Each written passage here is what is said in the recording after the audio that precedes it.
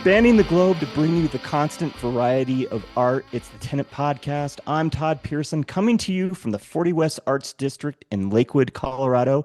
And joining me from his art bunker nestled in the Black Hills of South Dakota, my partner in art, you know him as quite possibly the most interesting man in the world, the one and only Wes Brown. Hey, Todd. Oh, my God. I feel nestled. I'm always willing to nestle you, man. All right. Well, yeah, we've spooned. It's all good. And we've talked about that on the podcast. So there we go. Yeah. It's been a while. It has been a while. Little bit of hiatus. We didn't plan on being gone for this long. So we're happy that if you're tuning in this week, we're happy that you're still hanging with us. Happy Chinese New Year. Yeah. Here it's the year of the horse. Yeah. Fire horse. Fire horse. Yeah, you'll have to Google that. It's like the seventh animal of the 12 zodiac signs. It's number 7. Number 7. Number 7. So, Okay. And by the way, it's Chinese New Year. So happy New Year, all you Chinese people. We love you. I try to get this Chinese New Year every year at work. They won't let me because Chinese New Year goes from like February, they say the 17th, but like when I looked it up, it's the 4th through the 24th or something like that. So they're all out back home doing their thing, cutting haircuts, and all sorts of moms are cooking special dinners. And and they're gone for like 2 weeks. Nothing happens. I can't order jack anything from China in my that's promotional right, products. I've had a bunch of clients wanting to order stuff, say, well, come back in March. Everything's shut down, huh? That's right. So all factories are closed. I like that. I mean, It sucks for you your clients, I guess. Luckily I have American vendors that, we never take any time off. Right. So, but I do ask my boss every year and the answer is no. So I'm still at work. So Chinese New Year. Yeah. So happy Chinese New Year. Happy Chinese New Year. It's going to be fun tonight. I'm happy to see I'm excited. Your face. It's been the first time since 2025, I think. I know. And, at the end of 2025, we had talked about I was going to do this reverse psychology thinking that, that went to hell. It seems like since 2020 with COVID, every year it gets a little bit darker and it's a little bit of a shit show. And I thought, you know what? I'm just going to anticipate 2026 is going to be a shit show. That way that it all gets straightened out and we're back on track again. And sure as shit, 2026 has been a shit show. So I'm going to reverse my reverse psychology and anticipate. We're going to have a great year. Yeah, we're going to have a great year. Fantastic Good year. Lord, I am so hopeful. I'm going to take this, and some people believe it's a bad omen, and then some people believe it's a good omen. Depends on, what culture you come from. But I've been up since 4:15 this morning, so I'm a little punchy. Yeah, I feel a little stoned almost. And this morning, as I was out in Aurora getting ready to shoot some stuff at sunrise, a coyote comes booking into the road right across my path. I mean, running just about as hard as you can. And he was a big coyote, probably not the biggest coyote I've ever seen. And then he bolted, leaped over a 6-foot metal fence. Wow. With room to spare. It was the most glorious thing I think I've ever seen. And you've always heard coyotes takes small pets and stuff. Right. Now I know, I mean, not that I didn't believe it, but holy cow, that was amazing to watch that animal leap over that huge fence. That's crazy. It was crazy. Anyway, all right, let's get rolling here. Let's do it. Let's do some art. Real quick, thank you for joining us. Thank you for hanging in with us. Remember, you can always find out what we're up to via our social media on Instagram at Tenet Podcast, our Tenet Podcast Facebook page, and then, of course, our website, tenetpodcast.com.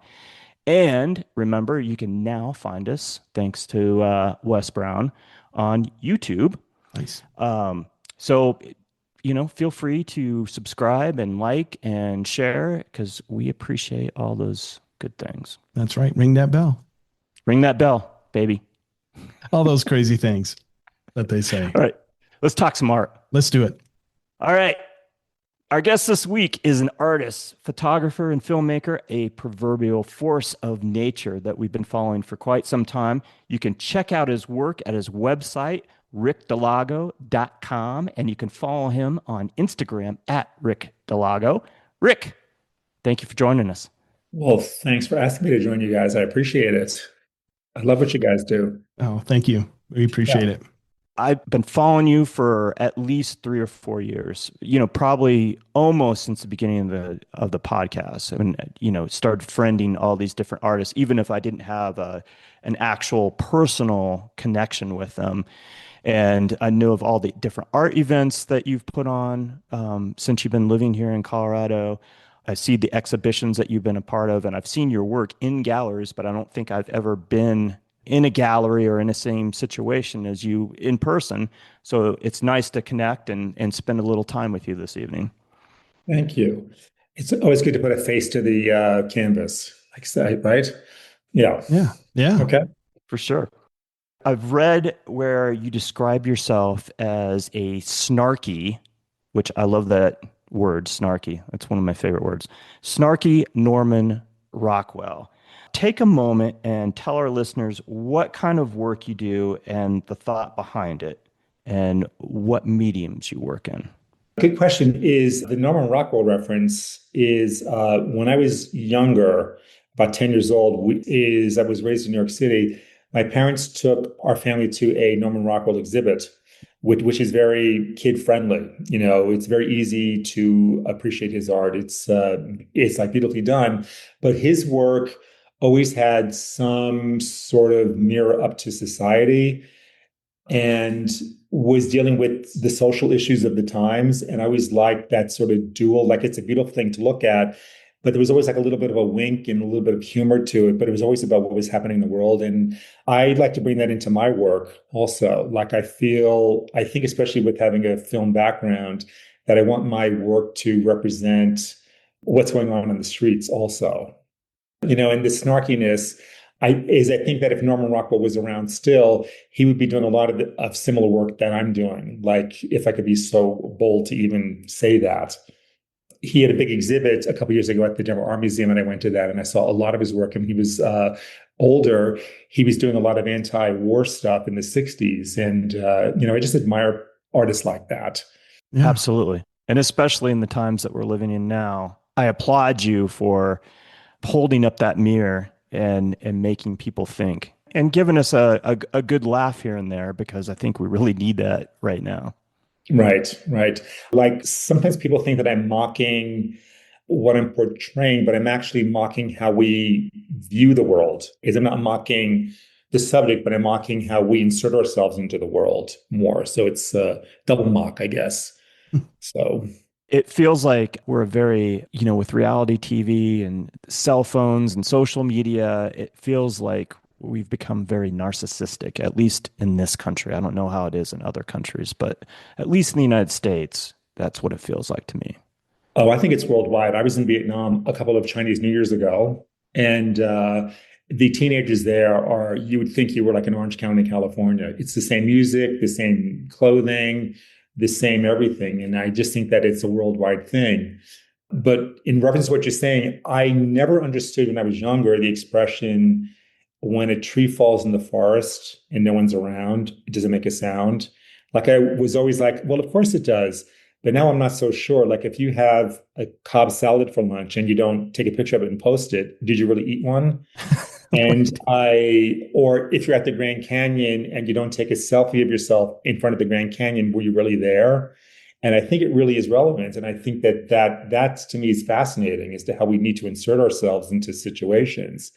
If 9/11 happened today, I think you would have tens of thousands of people killed because they would be stopping to take selfies of the planes crashing into the buildings. And that's only been one generation. Really, it's like 24 years or something ago, how we've evolved that quickly. And it just makes me wonder, where are we going in the future? Like what's going to happen in another 24 years and how we keep going on this route. Those are some of the themes that I'd like to explore. When did the iPhone come out? Like 2009? Yeah. You I know, think so. But even then, I don't think that it's more the social media right, elements of it that I think that you can post and I guess have a sense of community or like a little bit of fame right. or like infamy, like, Yeah, and I think it's really, it is, I always say that the three most profound events in all of mankind or inventions was the invention of the wheel, the invention of fire, and the invention of the internet are hmm, the three things that profoundly changed all of mankind and how we proceed and how we function now. And the internet's something that, like I was raised on the other side of this as a child. And I sometimes wonder, what did I do when I was waiting in line at the bank? Or what did I do when I was like, at home or at a red light, like I wasn't looking at my phone, like it was like I wonder how I survived. right. And I think that, and it's hard to remember that because we're so profoundly controlled by it. I Yeah, was invited to someone's cabin to use a cabin up in like Poudre Valley, and I drove up there with my dog and my yoga mat and my easel, and I was going to have a nice week up there. And when I got there, there was no internet, there was no cell service, there was no TV, there was nothing like that. And at first, I almost turned around to come back after driving for 3 hours. I said, "Oh, I can't stay here for a week without that." And it was interesting to see how many times I reached for my phone. Like, is it going to rain? Let me check that. Oh, let me see if I got any more likes on my post. Let me see. And it was like, it really was eye opening at like how addicted I am to it. So I can't imagine, and I teach art to kids up in Boulder, 11 to 14-year-olds. And when I was younger, your first passage into adulthood was like a cigarette or something. Now it's when you get your phone, and it's a big milestone in a child's life now is when they're given the phone, yeah, and huge. And as a parent, I can see, and I'm not a parent, but as a parent, I wouldn't want to be I wouldn't want to have a kid who was the only kid who didn't have one either. right, So right. it's a quandary. I think that you have to balance. And I think it's accelerating even faster because a toddler today probably has 10 million pictures of them already taken, like at least a thousand pictures a day. So they see the phone in their face all day, or they see the parents on the phone all day. So just imagine when they're 5 years old and they want a phone. So it's incredible how it has taken over. So how long did it It's take you to, once you went up to Poudre Valley, to not reach for your phone? Like by the next day, were you kind of detoxed or not? No, it was definitely longer. It's just a reflex, and every time I would grab it, I would get really disgusted with myself. But the funny thing was on the final day there, and I read back issues of New Yorker. I did tons of yoga. I went on hikes. I played with my dog. I took naps. I painted for 8 hours at a stretch, which I don't normally do. So no, it was a productive week. But what happened was on the final night I was there, in this back closet of this third bedroom or something, there was an old TV set that had like a built-in VHS. So I pulled it out and said, "Oh God, this is amazing." And there was an old tape in there of it was the 10th season of Murder She Wrote. And I said, "Thank God, thank God." And I plugged it in. And I had never watched that show ever. I mean, when it was on. And I watched maybe 3 episodes and I'm going, "This is pathetic. What am I doing? This is such a waste of time." That's awesome. Like that was even funny to me that of all the tapes in the world, it was like, and at that point, like Angela Lansbury was like, so she was sort of sick of it herself. So it was kind of funny. So And then what was it anyway, like once you got back to civilization and you could actually connect with the real world, so to speak? it was, I'm back, I'm back and I'm still Okay, addicted. there Okay. you go. I'm still reaching yeah. for it every 5 minutes. So yeah. Yeah. Well, how many more likes do I have on my Instagram? Oh my God. You Right, know? right. Yeah. That's Did you funny. find it at some levels kind of refreshing to be, disconnected for a little while? It was. And the painting that I created up there was probably the most intricate painting I ever did because I never really, after 2, 3 hours of painting, I know I get a little burnt out, but as I was painting for 8 hours at a stretch, and I never really do that. And it's probably one of my favorite paintings. Wow. I'll send it to you. It's called Santa Monica. And I really spent a lot of time on it. So it was interesting. But yeah, I just think it was a good reality check, if anything else. We're all in the same age group, I think. And it doesn't matter what age you are, you get sucked into these devices. I was at dinner with my wife about a month and a half ago, and I looked over and I was just like, and I was judging these people hard because they had a toddler that they had in a like a stroller, like a high-end stroller, and it had like a little arm that was coming off of it, and it had an iPad or some other pad device, and it was totally engrossed in watching whatever was on the iPad. I'm like, why are you programming your child already to do this? And on the flip side of things, and I was like, I gave my kids phones too, and can be totally engrossed and like not paying attention to what's going on. I'd get after them, like engage. Like you almost ran into that wall there because you were looking at your phone. Or, if I would literally take the phone out of their hands, they would lose their minds, right? And on the other side of things, my 81-year-old mother, I have seen her do the exact same thing. Like I can barely have a conversation with her because she's texting somebody or she's looking at something on one of her devices. And it's just like it's everywhere. Yeah. Yep. I think that the challenge is to learn how to be present. And I think that that's really hard. Yeah. That's the beauty of being a painter or being an artist, is that when I'm working, I'm so present in what I'm doing that if I am listening to any music, like I don't even hear the music, or somebody talks to me, like I don't even hear the sound. Like I'm so focused on what I'm doing that I love that I can give that gift to myself. And I wonder, well, what other people do? Because I don't think a lot of people have activities like that or some hobby where they can just disappear into something like that without using the phone. Right. Yeah. When you're working in your studio, you're working on a painting and you really are just, in that world, do you have that epiphany at the end of like, I know I do in my studio, if I've been photographing for like 3 or 4 hours, I'll be like, oh my God, I spent the entire afternoon and I didn't look at my phone one single Mm. time. Same here. Same here.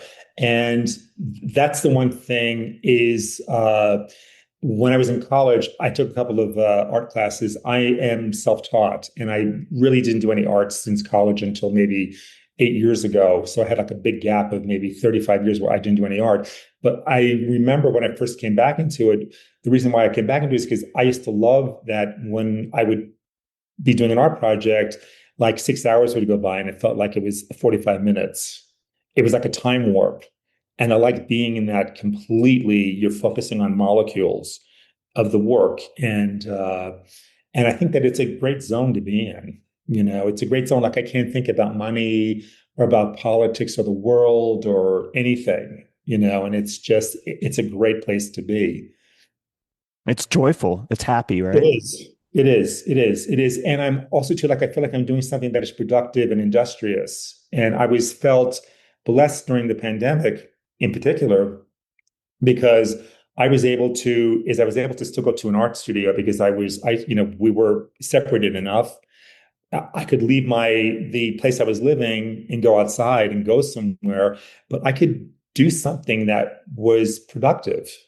And I can't imagine what a lot of people did besides watching Netflix. I can't imagine what most people do Right. or did. Yeah. I want to pull up a piece since we're talking about this whole phone thing. This is an amazing piece. When I saw this for the first time, I laughed out loud because I just think it's brilliant. Thank Talk you. about this particular piece. Well, first of all, I was doing a series of paintings of selfies. Like I wanted to do like iconic sort of big historical moments and sort of update them as to how they would happen today. I was driving and I was trying to think what would be the ultimate selfie. And then Jesus came to me. And I never understood what that expression meant, but now I do. But Jesus came to me and I started to paint this. And the thing I love about this piece, and I find as an artist, this is my advice to all other artists also, is I don't like to explain what it means to me until I hear what it means to the person that is looking at it. Because people bring the most profound views to my work. And sometimes, and many times, they'll say something about, like I didn't ever see it that way. And like, I feel that artists maybe explain the work a little too much. The Mona Lisa is famous because we have no idea why is that girl smiling. If they told us, we wouldn't care. It would just be a painting of a homely Italian girl. But the fact that we don't know, we're still kind of arguing about that, still like 500 years later. And so in this particular case, and it was a big painting, it wasn't quite working until I put the blood on his hands, which offends some people, but I like that people come to it, and I know it's loaded, but most people laugh at it or they see the humor in it. A priest one day was looking at this, it was a big painting, and he was looking at this for maybe 5 minutes. And then he turned to me and he said, I think he's trying to get a hold of his dad one last time. And that's why I think if I had told him what it meant to me first, that kind of shuts it down. Right. Because, that's the artist meant this, so I can't have my opinion about this. But what people bring to this to me is just so interesting. And in a lot of my work, and I'm not necessarily mocking Christianity. I'm just saying that Jesus is coming back again, right? The second coming of Christ, and he would obviously have a phone today. People say the funniest things about this, like someone said, he is the original influencer, or he has the most followers of anybody that we know, or, and it's kind of funny what they bring to it. And some people get angry, and I'm okay with that. And I'm okay with, it took me a bit to accept the fact that people are going to have a difference of opinion, because I think that some people that create art feel that I want it to be clear as to what it means to me. But I like when there's ambiguity, and I like it when there's multiple opinions about it, or that people bring their own life to it. When I was working in the film business, as a producer, we would finish the production and then we would have 10 weeks to do like a director's cut of the movie, where the director, the producer, myself, and the editors were working on a cut, and then we would present it to the studio. And the studio would always say, there's a part of the movie that we don't understand. And then the director would start to explain it. And then the studio would say, yeah, but you can't go to every theater and explain that. So it has to be, so I like the fact that, there's an acceptance that people are going to bring their own life experience to all of your work. And that's exciting to me. And also to the fact that a painting can survive. I mean, this could be around, I don't know, in 50 years or in 100 years, this could be on Antiques Roadshow, and then it's worth millions, and I love the fact that it lives on, after we're gone also. Right. So, yeah. For the folks that are listening to this, you got to go to Rick's website. And if you go down underneath, I think it's the tab is new work or recent work. You scroll down towards the bottom, and this is called Son of Selfie, right? Yep. Yes. So Son of Selfie, and what you'll see is Jesus Christ on the cross at the crucifixion, and with a cell phone, an Apple iPhone in his hand, taking a selfie. It's wonderful. Do you think God has a sense of humor? I do. Absolutely. Absolutely. And I think that, I think that also too, that it humanizes Jesus, in a weird way. Like, I think that it humanizes him, Right. and he was human. It's a brilliant piece, man. Thank you. Did you sell this piece, or is that still in your... I did. I sold it. I sold it to somebody that had seen it like 2 years before. They reached out to me and they said, "Is that piece available still?" And it happened to just be available. A lot of my work, when I'm painting, the one thing that I don't think about, which maybe I should think about more, is when I have an idea for a painting, I don't second guess it. I just do it, because you could always get a better idea. And I think that if you second guess your ideas as a creator, you would never write a book or write a song, because there's always going to be a better idea. So I did this, and never really thinking, like, is someone really going to put this in their house? Is someone going to hang this in their dining room? Like, I don't really think that way. If I did, I would paint aspen trees and flat irons, And the thing about making art versus working on a movie is I don't need a million people to see this. I just need one person to get it. And so I was flattered when they reached out. And he's actually bought a few of my other pieces too since then. So he's like counting the days until I pass and I die. so he becomes wealthy. There you go. That's a Funny. good career move, for an art collector, you know. So you don't overthink things. You just kind of go with it. It's very intuitive, and you just roll. Yeah, like I don't, and I painted some like wacky things, and there's an honesty to it, I think, when you work that way. And some of the wackiest things I've ever painted, like I did this huge painting of Michelle Obama as a nun holding a machine guns. And that sold like in one day, a huge painting. And I was shocked. And that's my number one best-selling print. Wow. And you can't necessarily sort of predict that. You hear stories of songwriters that think that the hit's going to be this song, but it winds up being that song. The song that they write on a cocktail napkin in the men's room at a nightclub becomes the hit song versus the one that they labored over for 2 months.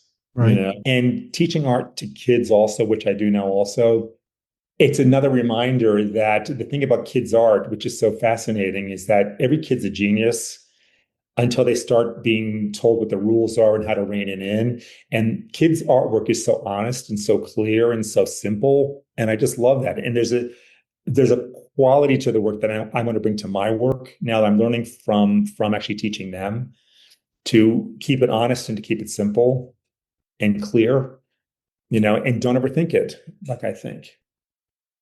I love that. That's a great attitude to have, I think. Yeah. Just be able to just flow with it. I mean, as a photographer, there's times where I try to have all my ducks in a row, let's put it that way. And you can understand that from a film perspective, but I also try to keep open to the happy accident, right? Or the things that I wasn't thinking about, at that moment, but it happened in the moment, right? To that spontaneity, having that spontaneity and being able to pivot and just roll with what's happening in front of you, that you didn't anticipate. Yeah, Yeah. like one time I read, which I thought was fascinating, this they said that when an artist says, oh shit, that's when the magic happens. When you're sort of grabbing, you're like, like there was one time I was painting something and my hand was grabbing this color that I've never put in a person's face. It was like a teal blue. And my brain was saying, what are you doing? But my hand just kept going. Like my subconscious was pushing it onto the canvas. And it was the most brilliant choice that I could have made. But I got out of my way. Like I stopped thinking and I let my subconscious do it.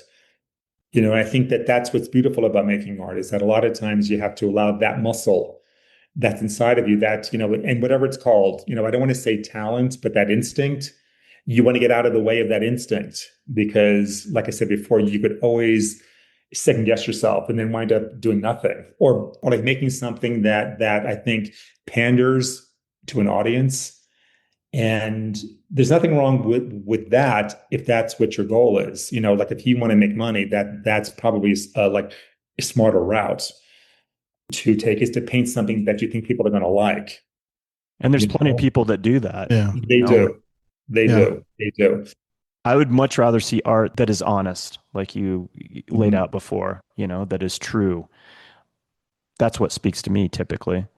I can appreciate a beautiful painting or a photograph or whatever, but I want something that makes me think. And that's why I think Son of Selfie I think is brilliant because I can imagine hanging that in my house and just I would do that just to watch the expressions of the people that came through and just see where it goes, right? Right.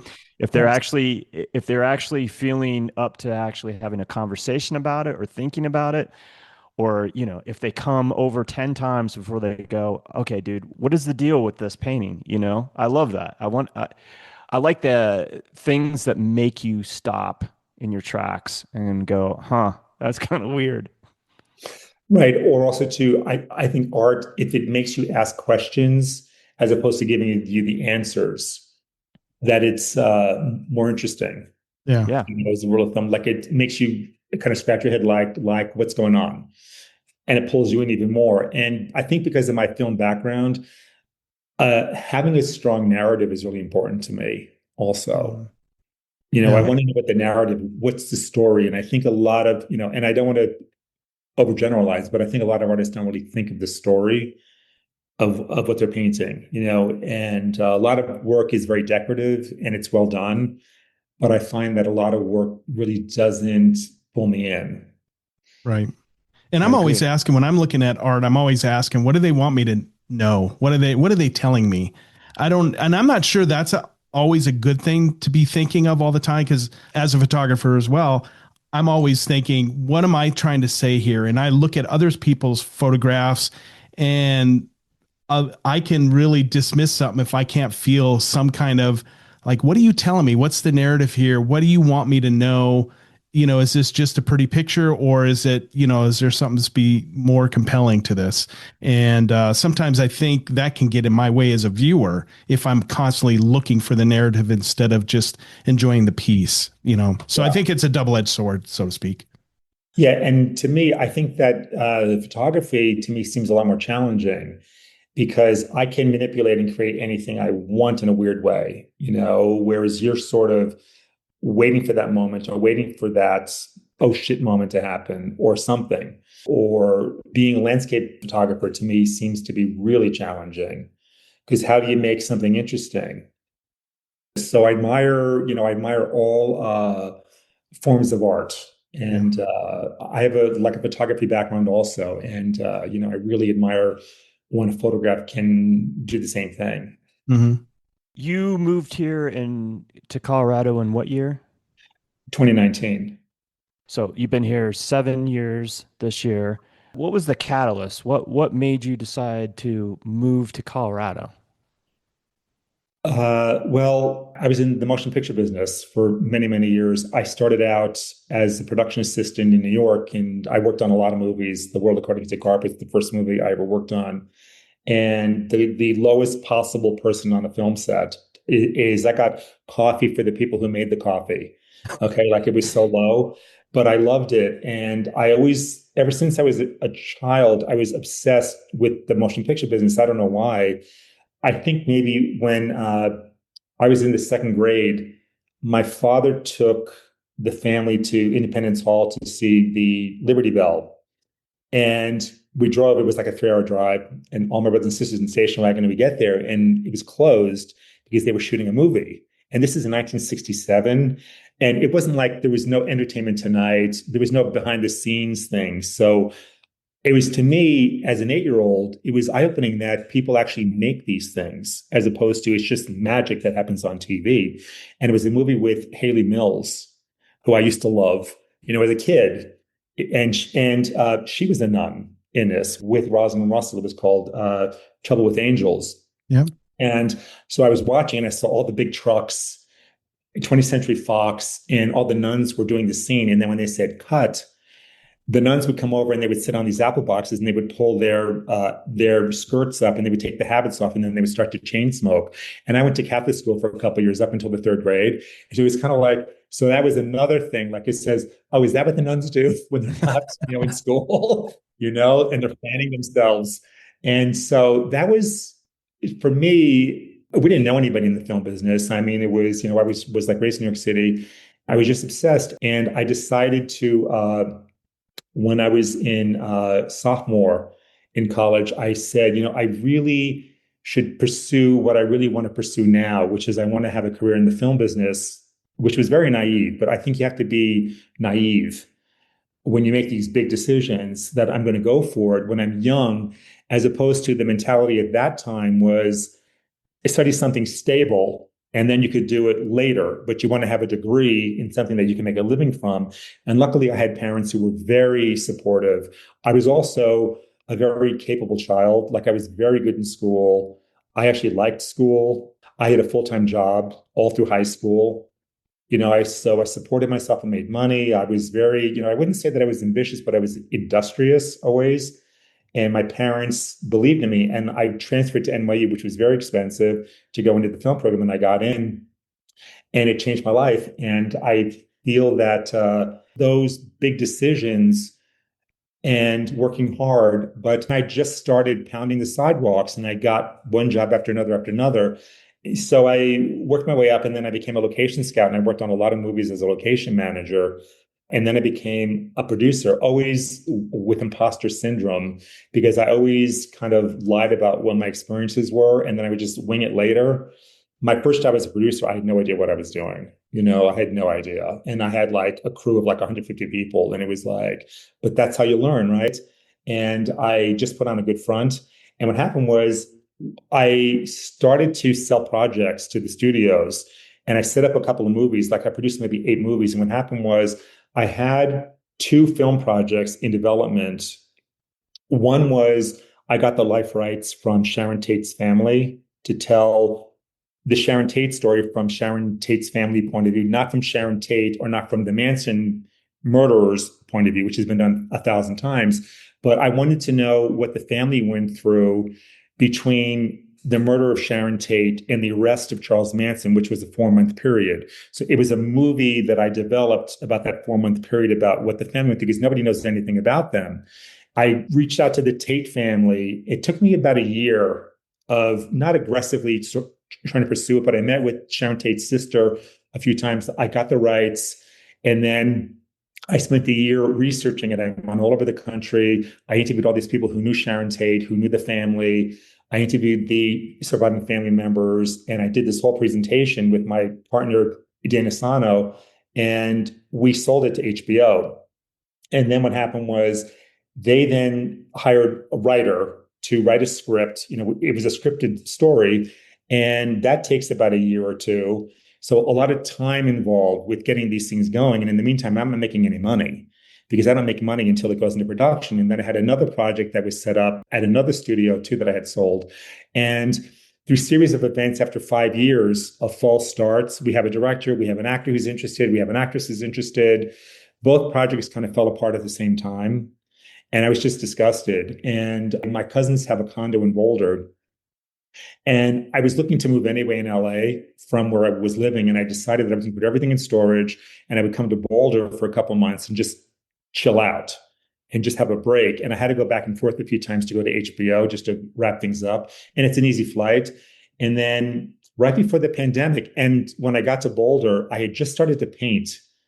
Like I hadn't painted ever since college. And because I had so much time in my hand waiting for the script to be written, I started to paint. And I never thought I would sell paintings.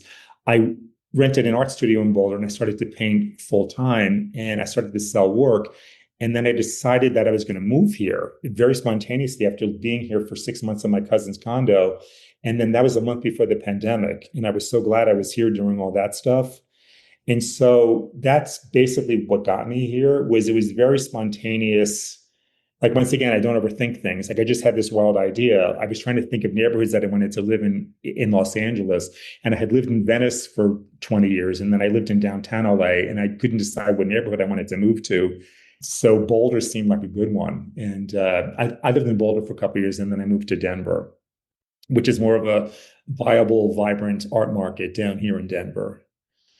And I was coming down here anyway almost all the time. And it's funny because here in Colorado, a 45-minute car ride is like I'm driving to Maui.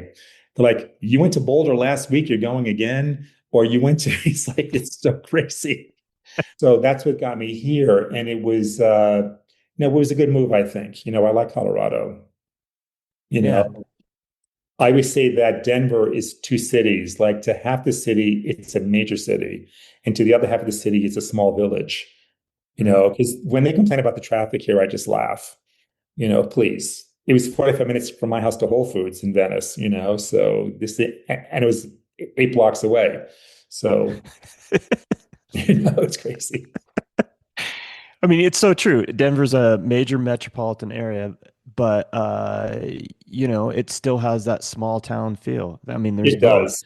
And I've It always does. said, I mean, it definitely has changed since I've lived here, but I always said, don't burn bridges in this town, because it'll come back to bite you for sure, because it is just small enough that, word get around. So Yeah, and the thing too is I think that I hear a lot of old timers kind of bitching about how the city's changed and how it's not the same place.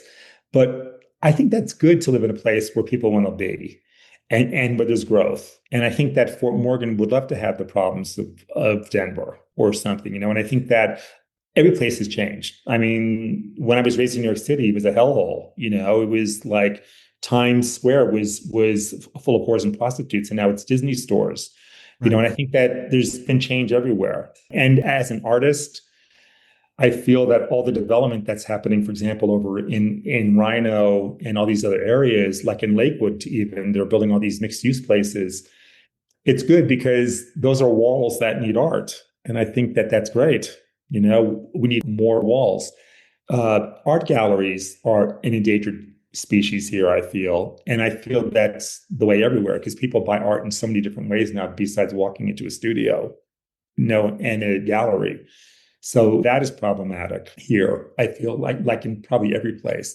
But I remember when Soho in New York first started becoming an arts mecca. That lasted a couple decades, and now there's very few art galleries there. So it becomes the area where people want to live all of a sudden. And the same thing's happening down on Santa Fe Drive in Denver. I feel that a lot of the galleries are being squeezed out, or they have to become co-ops in order to survive. Absolutely. It's Yeah. changed in the time that we've been doing this podcast. It's interesting to see the various art districts, how they've evolved and how they're changing, right?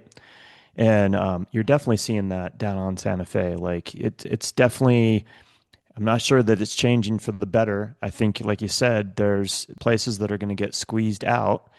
But that's the way it always works in cities. Like It's always where, that way.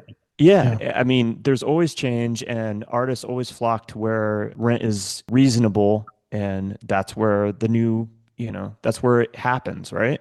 Yeah, like it's sort of migrated out to the 40 West area. And I have a show coming up in Trinidad, Colorado, that I approached four other artists that are pretty active in the Denver art scene here. And I pitched to the art museum down in Trinidad the concept of us doing a group show down there because that's becoming a bit of an arts mecca Right. down there. It was a beautiful town. As a location scout, I always wanted to film there. You could film a 1930s movie there and not change a thing. It's like 10 blocks of beautiful, like 1930s storefronts. And they're trying to become an art mecca, like an arts destination halfway between here and Santa Fe. So people will stop and buy art. And they're building art studios, they're offering residencies, there's a lot of galleries opening down there. So to try to get in front of the next hot place, and try to get in on the ground floor there, is something that interests me. And not waiting to be invited, but sort of pitching the idea like I would to a studio with a film project.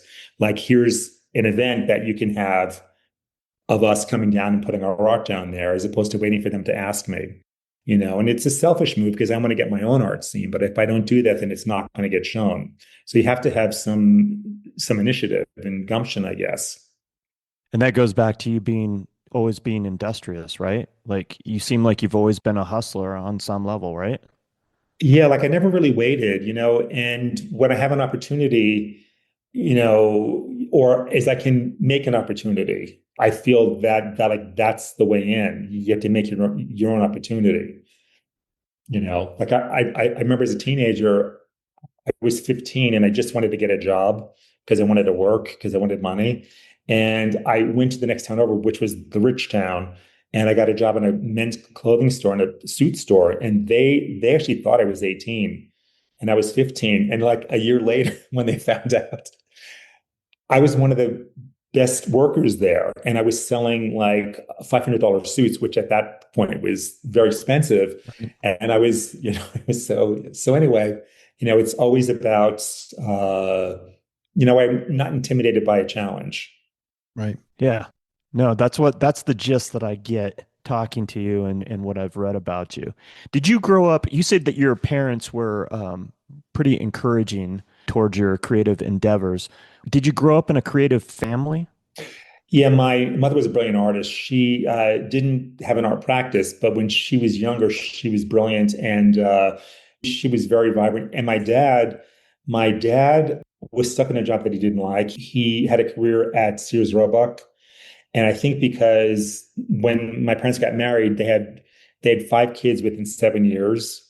9 months after the wedding night, and like 7 years later, they had five kids And my dad got stuck in this sort of career and that he never really liked. So he was very encouraging. And two of my sisters started a restaurant, like a design firm in New York City back in the late 80s when nobody was doing hospitality, like interiors. And they had a successful company that they just closed actually finally after 45 years. It was an all-female company for 45 years, and they did hundreds of restaurants in New York as designers. So there was always this sort of dream big and just go for it and swing big in my family.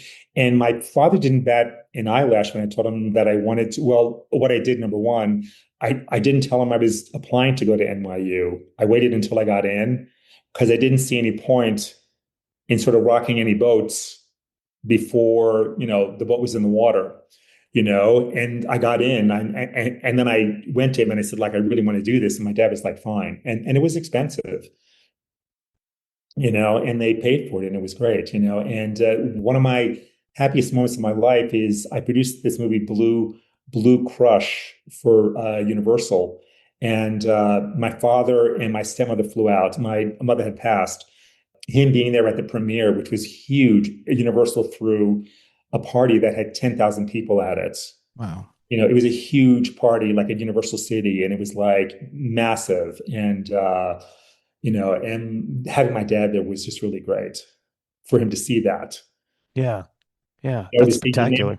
And there's nothing more fantastic as seeing your name on a movie screen, especially in the opening credits. I mean, that's really fantastic.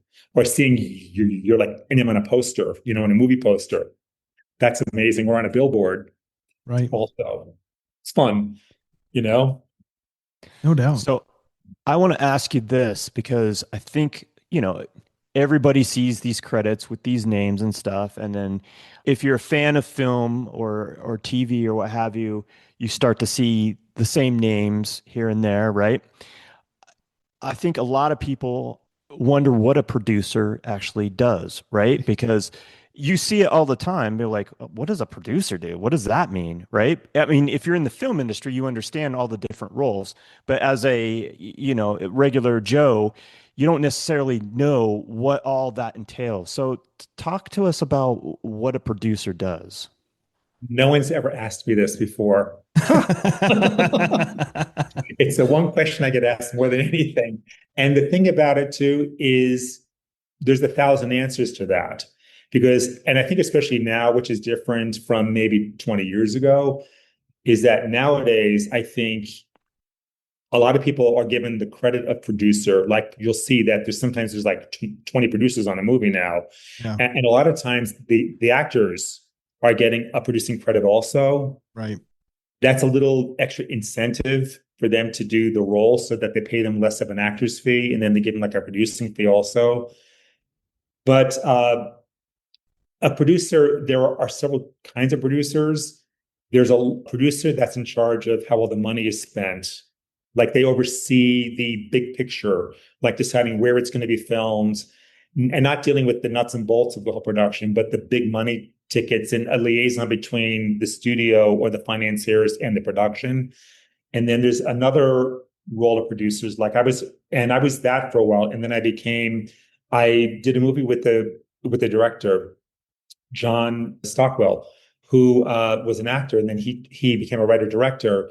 And I worked on maybe 6, 7 projects with him, and I was his producer. And so when he was hired to do movie, I was his partner, and that means that I was just at every single meeting, every decision that was made, all casting sessions in the editing room, on the set all the time. And I had complete freedom to express myself. Like, I don't think this is working. I think you need to do another shot. I think you need to do another take. I don't like what she's wearing. Like, I had full opinion and he totally trusted me. Like, you need somebody that's like a sounding board. And I was his like sounding board. And that was a great position to be in. So that's another kind of producer. That's a That sounds fun. Oh, it's amazing. It's just amazing because also too, when I was a location scout, I had to be the first one there. So for example, on Father of the Bride, I had to be there at 5 a.m. and be prior to all the trucks coming because I had to make sure that the trucks had a place to park. And then I'd have to be the last one out at the end of the night. So they'd say wrap. And then I had another 2 hours while they loaded the trucks, and then the trucks had to drive away. When I became a producer, I would get there at call time, which is like at hours later, like at 8 o'clock. And when they said wrap, I could leave because we had to go to dailies and watch the footage from the day before. So that was great. The first time I was like, oh my God, you mean I don't have to stay until like, like 10 o'clock at night? And the work hours never really bothered me because it's just so much fun working on a movie. Like I Yeah. can't explain it. And I've been all over the country. Like I've been to every state because of the film business, except Ohio. I've been to Alaska, I've been to Hawaii, I've been to every province up in Canada, from the Yukon to Prince Edward Islands. It's a fantastic life. It's hard personally, but you have so many great experiences, and there's nothing like a film family. Like if I see somebody that I worked on a movie with from 30 years ago, we're best friends still. It's the most bonding experience because a lot of it is kind of standing around, watching paint dry, and you really get to know people, especially on location. Like I did a movie in the Bahamas for a year, and that was fascinating to be in the Bahamas. And I get to see a side of the Bahamas that nobody does because I'm dealing with the government and I'm dealing with locals. Like I go to people's weddings, I get invited to weddings, I go to people's houses for dinner, like locals, as opposed to just staying at, with the Atlantis or something, or at the casinos. Like I see a side of the world that nobody else does because we hire like a lot of local people, and you become really friendly with them and really close to them. And it's a great life. Yeah. I do miss it. I do miss it. But I think I reached a point where you have to jump off. I think, and the business has really changed a lot since I stopped doing it. It changed a lot. Was one can imagine because there's so many there are so many channels. There's so much product that needs to fill up all these channels that they want to just spend less and less and less and less. Some of the movies that I worked on would never get made today because of the money that they would spend Right. now. Yeah, I was going to ask you like how big the change was because you started it, like your Hollywood career like in the 80s and 90s, and then jumping off in 2019. Like, what was the big catalyst for you to leave the industry, other than you had two pieces of work that kind of fell apart? Was it because things were changing, or? Yeah, I think things were getting tighter and tighter, and known also to the studio system. And this is my own opinion, okay, but I think it's it's an important one. Is that, and I think it's like a lot of industries, there's a top heaviness to it. There's a lot of executives. There's a lot of watering down, a product because you have to placate and appease a lot of people's opinions. And I think that nowadays they don't have the time and the luxury to actually do that because they want to spend less money. And I came up in the fat days where, like, for example, as a location scout on like City Slickers or something, like I would get like a 12-week prep. I would get like a hefty prep time. And I was the first person hired always. So it would always be me, the director, and the producer. I worked on Ishtar with Warren Beatty, and for 6 months, it was just Warren Beatty and me in a car, kind of driving around. Jesus Christ. And so I get some like really incredibly intimate and good relationships with the filmmakers. So when the production happens and there's hundreds of people, I'm the familiar face to the director and to the early people because I'm the first one hired. But it's it's a great life. It's a great life. And the thing for me that was always a worry is I have a couple of friends in the industry whose parents were in the industry. And I would see their 70 or 80-year-old parents that were still trying to get a project made after 20 years. And I didn't want to be that, and the boulder that I pushed uphill on both those projects was kind of, to me, the writing on the wall that I don't want to be the guy that's like, oh, my Sharon Tate project, they say it's going to happen. And then next year you're at Thanksgiving and your aunt's going, so what's happened in the movie? Oh, it's going to happen this year. And oh no, and the next year, the same thing. And I didn't want to be, I just didn't want to be that person. And I just always felt that there would be a point in my film career where I'd want to stop doing it and I want to leave LA because I didn't want to live in LA if it wasn't in the film business, even though I have a lot of really cool, great friends there, and I do miss it and I do go back. But I didn't want to live there, if it wasn't in the film business, Yeah. because it's a bit of a hellhole too. It Yeah. is. It I is. lived in LA in the 80s, well, Southern California. Right. And I loved it there. And I love going back. I kind of get that nostalgia, missing it feeling when I'm there for a week, but it is totally like a crazy place now as far as people and traffic and all that. The one thing that I really do miss, and this is why I left, I miss big dreamers. Not that we don't have them here, but every person has this wild dream. And with that comes a lot of anxiety, jealousies, murders. There's a lot of ancillary things that happen to that. And a lot of relationships are transactional. You go to like a film party, and a lot of the conversations are transactional. Like when I became a producer versus being a location scout, my life turned around because people wanted to talk to me all of a sudden because I was in position to hire them. So it was interesting. Agents would start taking me out to lunch and start whining and dining with me, whereas before, like I couldn't get an agent on the phone. So that's what happens, and that was wonderful. That was great. I mean, and once again, in the fat days, we were flying on private jets to Oahu to film with the actors. We were flying all over the world. It was great. And huge expense accounts. Those days are so over. for for I think most businesses do. I think I Yeah. think that they have to cut back, and I don't know where it's going, but I think that it's a great time to be a filmmaker if you can make a movie for no money. I think so. And there's a lot of content that is coming up now that's being done outside of the systems. Like this Heated Rivalry thing that's on HBO, this small little sort of Canadian show was made on a shoestring budget. That's now the biggest hit on HBO. And I feel that if the studios were involved in that from the beginning, it wouldn't be the same show. Like it wouldn't have the same freshness. Right. Because once again, it would have a lot more thumbprints on it and fingerprints on it and a lot more notes on Right. it. So anyway. Yeah, all the creative industries seem like they've evolved and changed, and not necessarily for the better. It saddens me because I can only imagine what you got to experience. And I know how it's affected the photo industry. When I was coming up, there was still this echelon of photographers, even here in Denver, the high end guys that actually brought in good money. And all that has dissipated over the last, 30 years. It's just the way of the world. What is the craziest, I got to ask you this, what is the craziest experience that you have ever had in the film industry or on a film project God, I didn't even know. that you can talk about without?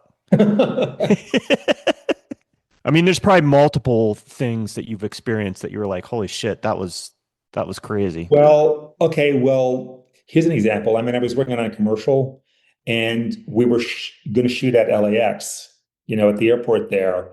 That's my job, is I'm the liaison between the film company and the real world. Like I have to find the location and I have to kind of set it up. And what happened was the day before the filming was going to take place, the airport didn't want us to do a certain stunt that we had at the curbside. So they pulled our permit. So I had to get on a plane. Like I was at the airport begging these people to let us film there. I called the office and like, what are we going to do? I said, give me a couple hours. And I hopped on a plane and I flew to Atlanta, to Houston, and to Denver, like in 6 hours. Holy Like I shit. went to all three places. I got off the plane. I went upstairs. I went outside. I took a picture of the outside of the airport. I went down. I got on another plane. I went to Houston, did the same thing. Then I went to Denver. What happened was Stapleton was just about to close. And they said, you can do anything you want here. We don't care. So I said, okay, get on a plane. Now we're shooting in Denver. So 2 days later, we were shooting in Denver. So you have to be quick on your toes, Yeah, you that's know? really quick. And the same thing happened too. I was working on another thing where we were shooting at Universal on the back lot, and there was a big fire in Burbank, and the back lot burned down. And we were going to shoot like in 2 days. So I flew to Orlando because there's another like back lot there at Universal there.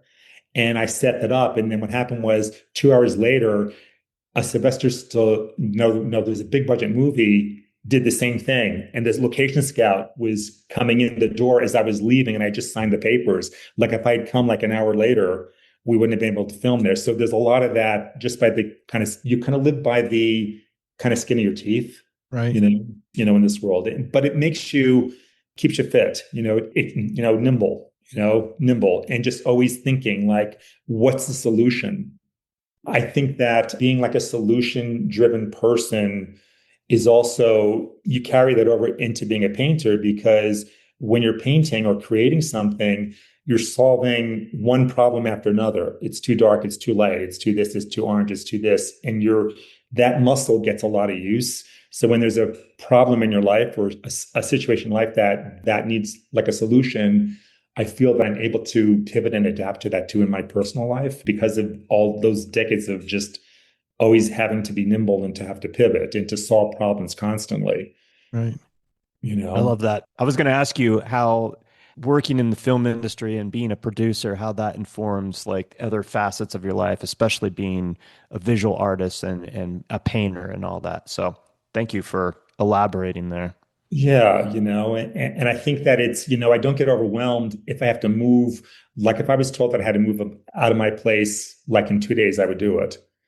I wouldn't waste any energy being upset or crying about it, because I need that energy to solve the problem. So I've learned to kind of like turn off that sort of emotional valve and just keep moving forward, paddling forward as fast as possible. What a great experience working in the film industry and being a producer, because and you said that, initially you had no idea what you're doing, but the trial by fire thing and figuring it out and taking initiative. And this is what artists do, right? They're problem solvers, right?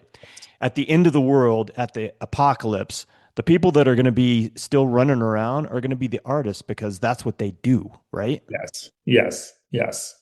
And I wish that everyone had some sort of practice where they can get into that meditative state of solving, it's not really problems, but there's always a solution. And teaching art to kids is fascinating, because the one thing that I really try to get across, and it does work, is that the kids get upset if they make a mistake.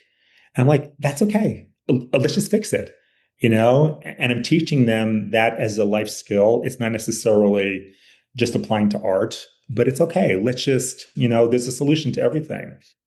Absolutely. Yeah. How great it is that they have you as their instructor, and that you come with this philosophy and you're teaching these things, whether they know it or not, but it'll be something that years from now, they'll be like, wow, I remember when I was in Mr. Dallago's class and he talked about this particular thing, You're affecting people's lives in ways you can only imagine. Well, that all happened by complete accident too, because there's this place up in Boulder called the Boulder School of Fine Arts, and the woman that owns it bought a painting of mine. She loved my work, and she's like, I would love for you to come teach here. And I'm self-taught as an artist. The last class I took, like I took a couple classes as a freshman in college, and I never really was a trained artist. And I said, okay, but I want to teach kids, because I thought it would be easier. Like I could wing it easier with kids. And she said to me, well, we can't get kids to stay with the school. And I saw what they were teaching them, and it was this classically trained where you have to draw like a plaster foot or something. And I said, kids don't want to do that. So I said, if you let me do it my own way. And then it was a big hit. And then I did a summer camp up there. But I'm actually, the first year that I was teaching, I had no idea what I was doing. And I have a lot of respect for art teachers now, but I was watching videos in the car as I was driving to Boulder as what I was going to teach like in half an hour, and it was like a complete winging it. And I'm much more confident now because I've been teaching now for about 5 years. Wow. And it's been great. The thing about, I don't know, life, at least my own life, is that I'm always sort of gaining something that I don't realize that I'm gaining. Like I'm sort of becoming a better artist because I'm teaching these kids. because I don't really work in these mediums that I'm trying to teach these kids. So I have to learn them too, because I'm very limited in my art experience. So I'm also learning without me realizing that I'm learning. I became a painter by accident because I was obsessed always with tinted photography. Like in the old days, you would have like a black and white photo and they would be hand tinted. And I love that. And I've done maybe 5,000 tinted photographs. I just love it. Wow. And I used to go to the FedEx and I would bring art paper and I would print these black and white photos and stills and stuff, and I would color them in like a coloring book. And I didn't realize that I was learning how to paint people. So then somebody asked me, "Oh, can you do a painting?" And I said, "Yes." And then afterwards I said, "Holy shit, I never did a painting really of a person." And they were offering me like a lot of money. And without realizing it, by tinting like thousands of photographs, I learned the placement of the features. I learned warm and cools. I learned how to paint people, not by drawing, but by painting, by coloring.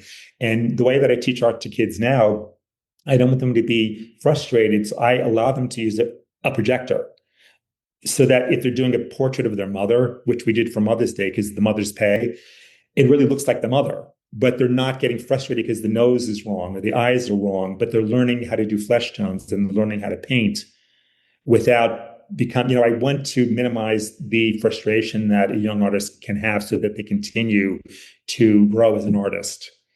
And I think that there's tools that we can use. I allow them to use AI to come up with subject matter. So this student of mine wanted to paint penguins playing soccer. She loves penguins and she loves soccer. So we went on Midjourney and we created this image, and she did this amazing painting of something that she really, really loved, as opposed to painting like a plaster foot, Right. So, it's leaning into the tools that we have.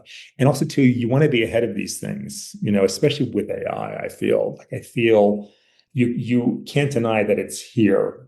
And as like disruptive as it's going to be to every industry, and it already is, and we already use it for so many other parts of our life, the creative industries, I think, felt that we were protected longer because but I think the advances that have been happening are so immense in the past 2-3 years. The writing's on the wall. I mean, it really is worrisome, but you also don't want to deny it that it's here. Right. See, that's the quandary, and I think that it impacts all of us. I mean, I'm not worried about how artists are going to use it. I'm worried about how non-artists are going to use it. Mm-hmm. Because why would a magazine editor hire a photographer, a model, a sports car, and go to the desert to have a shoot? Now when, it's kind of crazy at times. Yeah, it is. Yeah. I agree. It's already happening. I mean, you can see commercials already that are big, heavy into AI, even local stuff. I mean, I can see it like here in Rapid City. So, or all these like video memes of politicians doing things now, yeah. and this is the infancy of it. Right. So if you look at video games from the 80s versus the video games now and how advanced and how realistic they are, just imagine in 15 years where all this stuff is going to be. And I'm just waiting for, this is an idea for a painting maybe, but I'm waiting for there to be, of course it's going to happen, some major false flag sort of disaster that the world believes is happening like in real time. Right. Because that people are just going to freak out by, and it's going to cause massive panics. The War of the Worlds from radio. Remember that? Yeah, like I think it's going to happen. I think that the exact things seems going to happen. And I think I read about a year ago that it would take them 7 minutes to discover if it was not real or not, which is a long time. That's an eternity, really, if you think about it. Yeah. A lot can happen in 7 minutes. Yeah, like a missile is coming towards Los Angeles, and it's going to hit in 2 minutes. That's like, what?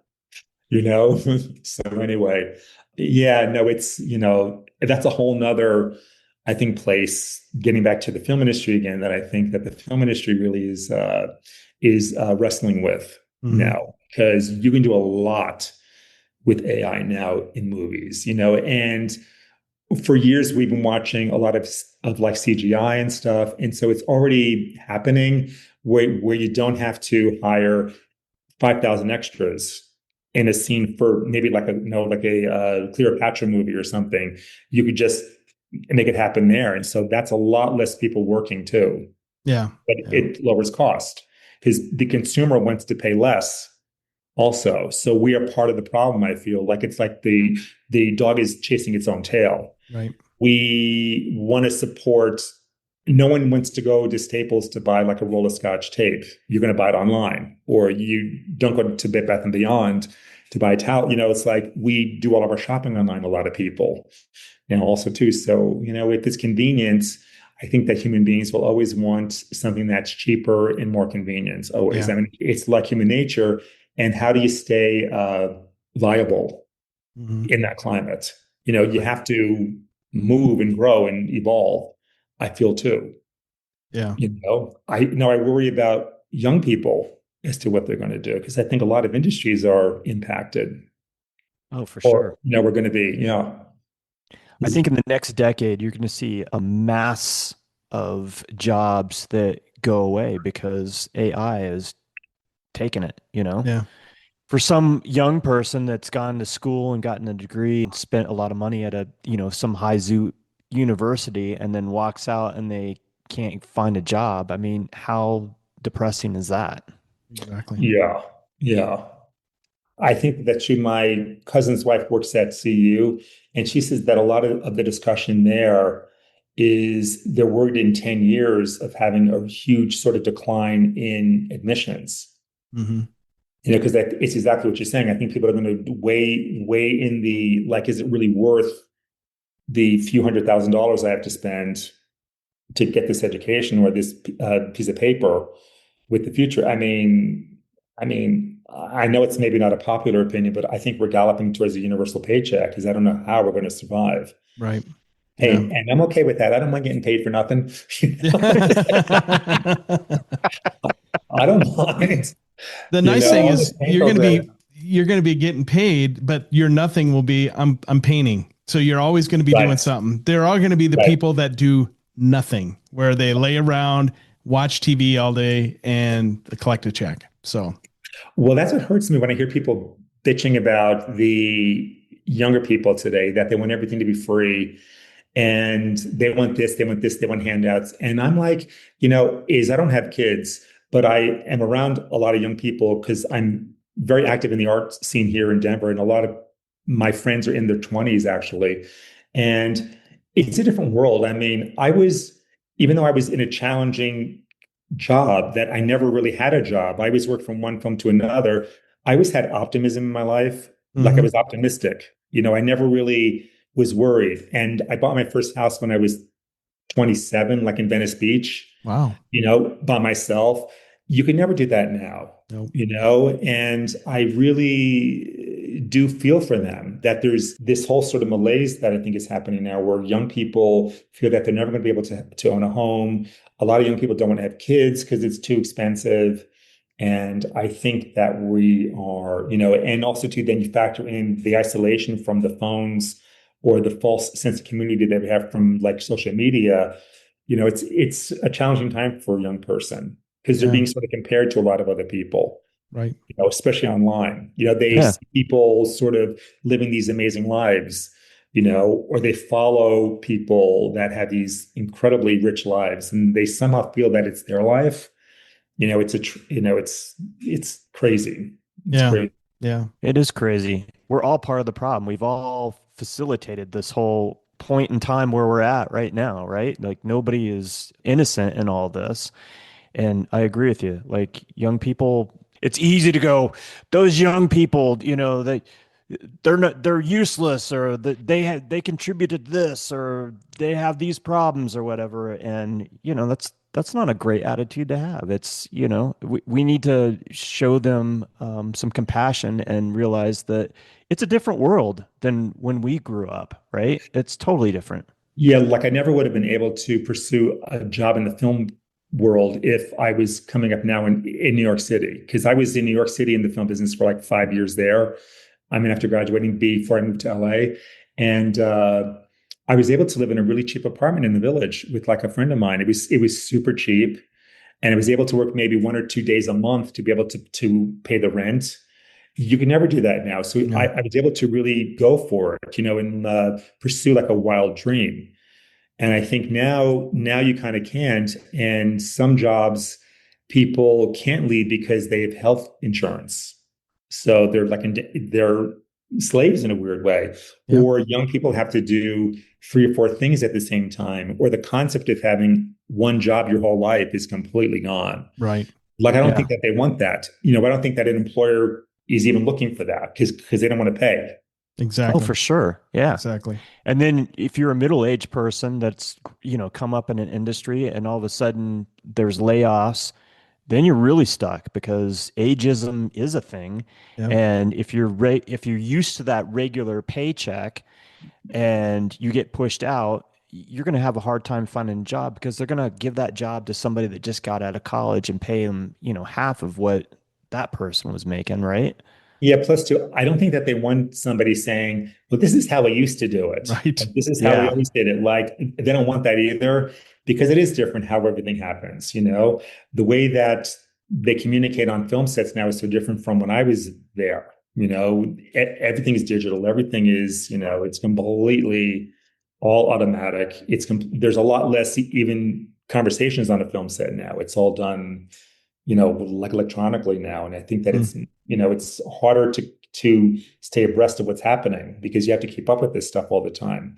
But I think that the trick for young people, I feel, is you have to shoot for the moon. Like if you have a dream, go for it. Yep. Like if you feel that you have a calling, you have to go for it because no job offers this security that I was talking about earlier, like do something stable first or get a degree in something stable first. I don't think that there's really is that sort of thing anymore in most cases. And you should go for what you want to do and just live a really modest lifestyle.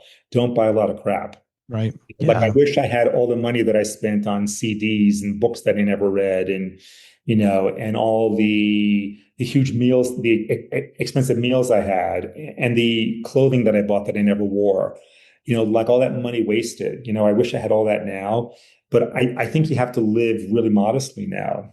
Hmm. And then be happier because I don't think you can really sustain that. I feel sorry for people that have, in their mid to late 30s that have kids that have huge mortgages because there's a lot of uncertainty right now in many industries. I think society has come to like embrace minimalism and living in your means, where when we were growing up in the 80s and 90s, it was like you buy shit and you live the big life, and you drive the fancy cars. And I think now we look at least this is what I see, is people with the advocate of like minimalism and stuff like that. You only buy what you need and you use what you need, and the rest doesn't matter. I think that's more of a socially accepted idea now than it was. It is, but I still think that there's still a huge swath of people that have like a TV set in every room. Yeah. Yeah. You know, Yeah. like how do we survive with one TV set in the whole house or one phone with no extension in the whole house? Or, Right. it Well, is and kind there's this idea too. I mean, when I worked in the nonprofit field, I'd hear people bitch about, well, they're poor, but yet they have a big 55-inch TV. But if that's all you got, you're going to have that, you know? yeah, So yeah, there's that side of it too. I'm going to yeah, buy that $1,000 phone every 3 years because that's what I can afford, or that's what I can do. Yeah. yeah, yeah, It doesn't take a lot to be happy, but materialism is definitely still alive and well. I Oh yeah. think I think we're going through a change, like you said, Wes, where people are going to realize that you don't need all this stuff to be happy. But I don't think we're there yet. I mean, we just had the Super Bowl and all the Super Bowl commercials and Yeah. you know, I, you can drive down the road and see these kids driving these really expensive cars, Right. like where did that come from? Like Right. how much are you paying for that car, I don't know how people afford Or cars now, because them bitches are really expensive. No, I think that you're right in a weird way. Like I remember when I sold my house in Venice, I remember that a couple years before that, I felt that the house was a noose around me in a weird way, that I had to upkeep it, that I had to maintain it, that I didn't have the flexibility to maybe live somewhere else. It was just a hassle. It became a hassle. I'd look at it and go, oh shit, the roof needs this, or the garden needs this, or like I was seeing everything wrong with it. And when I sold it, it was kind of a relief. And I've moved maybe 6 times in the past decade to various places. Each time I've gotten rid of half of what I own. And now I have like, I have like 3 bowls. I have like 4 glasses. It really stripped down. I moved into a place, my couch wouldn't fit in the apartment building that I'm in Denver. I still don't have a couch. It's been 5 years. I don't care. I don't have a couch. Like I don't want one, like in a weird way. Like I really am going in the other way. Yeah. These, really stripped down. And I feel lighter. It makes me lighter, because there's a lot of things. I mean, why do I want to dust a lot of stuff that I only touch when I dust it next time? Right. A lot of knickknacks and crap around the house. Like I don't want that. I'm Rick Dallago, and you're listening to the Tenant Podcast. Lucky you. Going back to your move to Denver, the catalyst was really you were looking for a change. You were kind of tired of LA. You had a couple projects that you just couldn't get any traction with that were kind of falling apart underneath you. And you had this opportunity to move to Boulder. When you get here, did you already have in your mind that you were just going to pursue painting and did you just hit the ground running or did it take you a little while to kind of figure that out? It wasn't that I was going to pursue it, but I had started doing art like a year before moving because I had a lot of time on my hands waiting for these projects to happen. And it was going to be a hobby. Like I didn't want to pursue, as I didn't come here to necessarily sell art. What I did is I didn't see my cousin's apartment like until I arrived here. And it was essentially, it's an efficiency. It was very, very small with a Murphy bed. And I wanted to do work. And I just looked on, like, once again, like it's all kismet.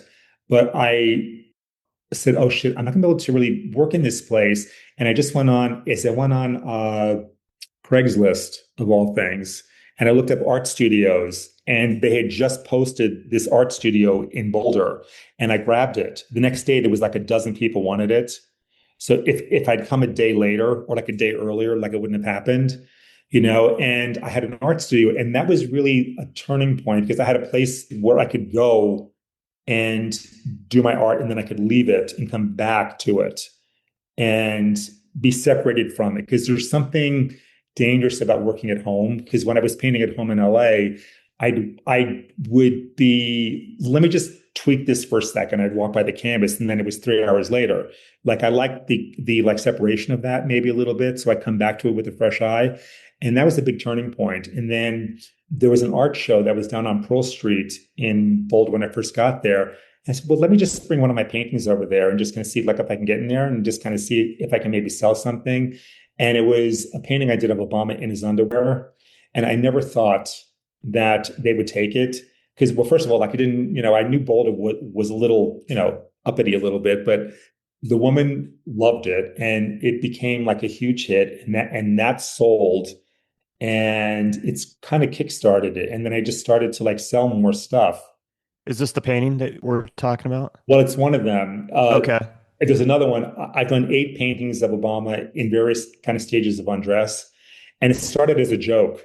And I never thought, once again, that anybody would buy this. And so now I'm known as the Obama guy. And down in the Arts District on Santa Fe, I'm a member of the Denver Art Society, which is this really great sort of bohemian co-op with like 130 other artists, a lot of them young, a lot of them first starting out, right in the Arts District. And there's always an Obama painting. We each get to hang like in this one, in our own area.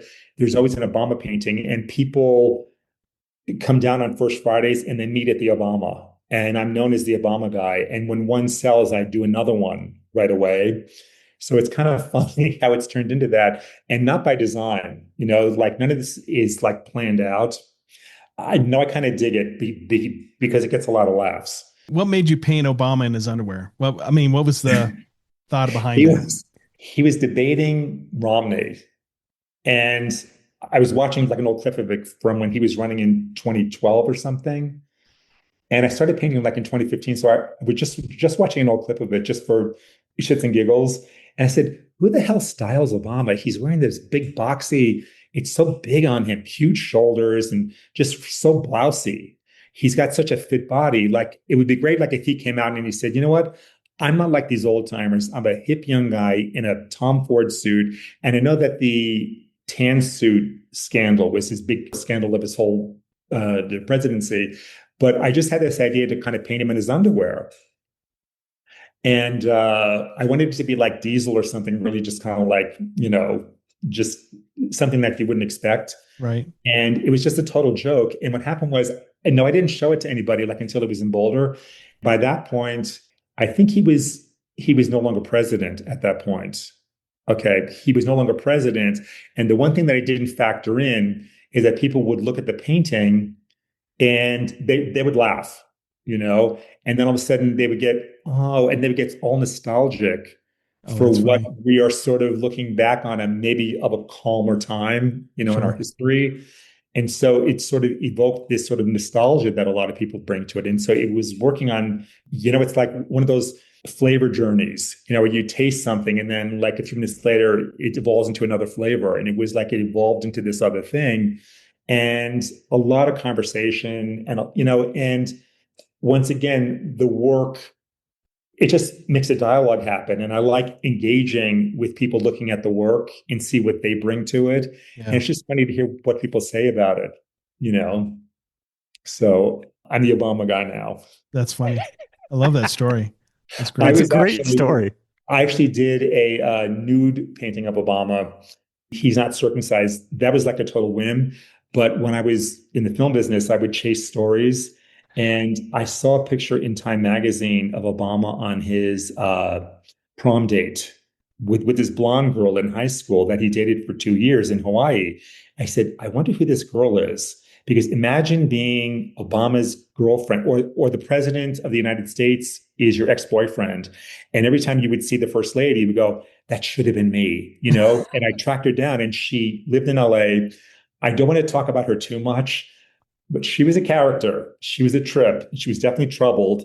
And she drank a bottle of wine at lunch. And she told me that he was not circumcised. Oh, that's funny. So I got it straight from the horse's mouth that Obama Uh, is not circumcised. oh, that's So I fantastic. so I go deep with my research, but that's Evidently. what I would do. Like I would, and it wasn't as though I was always looking for a story, and I wasn't always like on the prowl. The stories came to me, and I think I was listening to this Rick Rubin thing, and he was talking about that exact same thing. Is that where do your ideas come from? They don't come from staring at a blank canvas or at a blank screen on a computer.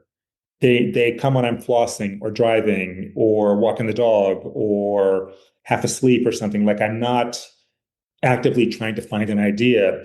The Sharon Tate project happened because I love to read the obituaries. There was always a fascinating person that had passed away. And I read that Sharon Tate's father had passed away, and that piqued my interest. Sharon Tate's father, I never really thought about her family. Right. It's one of those things like I'm not like, oh, I know I need to find a film project, so I'll look in the newspaper. It just comes to me. And so you just have to run with it. And the picture of Obama's prom date was it just cracked me up because I never really thought of him as a teenager. And I Right. thought that it would be an interesting, and she had some amazing stories about him being like one of two Black students at the whole school. I know it was eye-opening to me because I think that that's why he's so, like I love him, so empathetic to a lot of people's sort of situations, because I think that he was a bit of the outsider too always, and trying to find a place to belong. And from what I understand, on the South Shore of Oahu is where he would go to buy his weed, Obama, Barry at that point. Yeah. And he would sit for hours with the weed dealer and they would have conversations because he was one of the only Blacks that he could really sort of just kind of talk to, because no, like Hawaii's pretty, it's pretty howly, it is. So, Yeah. so anyway, fascinating stuff. I'm always learning something, whether or not it went to the movie or not, I don't care. But to me, it's an interesting tidbit. I love I love that. it. Yeah. Yeah. You're It's a great paying story. attention is what you're doing. Exactly. Yes. I can appreciate that. Like you're getting these little nuggets and you're like, okay, let's follow this down the rabbit hole and see what, see what it comes out. So with this first Obama painting, it kind of took off from there. Did you start meeting people after, Yeah. being here for a little bit and showing your art in different places, and that's how you kind of embedded yourself in the community? First of all, is I'm a big in-person person. Like I almost immediately went down to Denver to kind of check out the art scene in Denver to see the galleries, to kind of learn them. And I love going to art openings and I like looking at art and I always did. And that's how I think I was learning how to paint because I like to actually see art. And I went down to the hub at 40 no, well, like it wasn't the hub then, but I think it was Core Gallery or Next. They had a Casa Bonita art show. Okay, when I first moved here, and I had no idea what Casa Bonita was, right? And I walk into this gallery and I'm like, what the hell? Why did like the art scene in Denver is so weird? Why are they painting this pink castle? I had no idea what it was. And I pictured it to be this like castle up in the mountains. And then I saw that it was like in a strip mall, and I just love that even more. But like a lot of artists here ask me, like, Rick, you're in so many shows, you're in so many galleries, and it's what's your secret? And I'm like, well, I go to the galleries. And they're like, oh, like, well, can I send them an email? Sure, but I mean, you have to go. And that's the trick is you have to be active as opposed to being you have to be proactive. You like can't be passive. And I think that in person always is, I think it pays off more often than not. I mean, I don't think I've ever really sold anything online or based off of my Instagram, like really ever really. And I don't really kind of push it there. Like I post it, but everything I've sold, and I've sold maybe 20, 30 paintings ever since coming here, has always been live, either at a show or at an art fair or, in a gallery or in my art studio. I'm so lucky because my art studio in the Santa Fe Arts District at Artists on Santa Fe is open to the public when I'm not there. So I mean, I can sell work when I'm not there, like it's open where I work, and that's huge because that's really not common in this town to Hmm. actually have that. So I'm lucky. I savor it because I don't think it's going to last forever because that whole area is getting kind of redeveloped Right. down Yeah. there. When you have something good going on, it's it's you need to be appreciative of it because it can change in a heartbeat, Yeah. and things are changing. Yeah, and a lot of the art studios are closing because of the stadium that's being built down in Denver. So Prism, for example, which has maybe 100 plus artists in it, it's an art space, it's an old factory, that's going to be closing. And so there's going to be a lot of artists on the street looking for places to make art. Mm. Yeah, space is a premium right now, which is crazy because there's a lot of commercial space that sits vacant, Yeah. buildings that have sat vacant for years because, and it must be some kind of, reason for tax scenario, but it's just like, oh my God, that building hasn't seen anything in it for 8 years. You just wonder what the heck, But art studios are not a good business. Like if you want to make money, that's the wrong business to be in because you're Because squeezing the ones that are being squeezed, you know, right. already, like it's not a money-making business. And even gallery wise, like unless you're a co-op, you have a big challenge to make that sort of nugget every month of like hitting a target of sales and stuff. And you have to pay to be part of a co-op now to really get your artwork seen. I Yeah. just joined Pirate Art Gallery in 40 West, so I just joined over there. Like I never really sort of showed a lot over there, but I'm venturing out now. And so I'm a new member over there and I'm excited about that because it's a different audience over there, like in Lakewood. Yeah, for sure. And I love the piece that you had in that most recent show. I think it was towards the end of the year. And I can't remember the name of it. Have it written down here somewhere. Who's afraid of a hot tin roof? Oh That's yeah. a That's a brilliant piece. Let's talk about that real quick. That was done during the lockdown. And it's hard to tell, but those bricks it's 3D and it's Mm. on a board. And the window bars are actual bars that I bought at Home Depot. And I attached it to the board. So it looks like you're outside peeking in at this couple that's about ready to break up.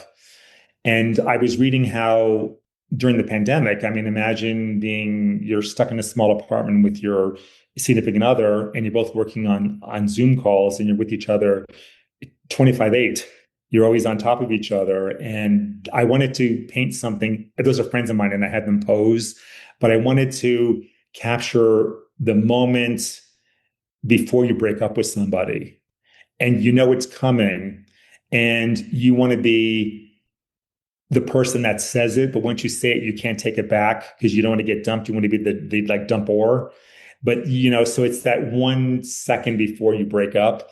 And it's funny, I was talking to the 16-year-old kid about this. He was in a show recently.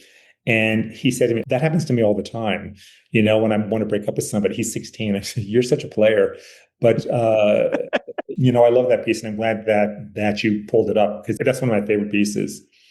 And I thought it was brilliant, Rick. And actually the one I just pulled up on Instagram is not as good as the one that you had on Facebook that I saw. And we'll definitely push that out on our social media because I think it's absolutely brilliant. And the title of that too, Who's Afraid of a Hot Tin Roof, is I'm sort of like and both those people were actors in LA. And I said, you're George from Who's Afraid of Virginia Woolf, and the girl, you're Maggie from Cat on a Hot Tin Roof.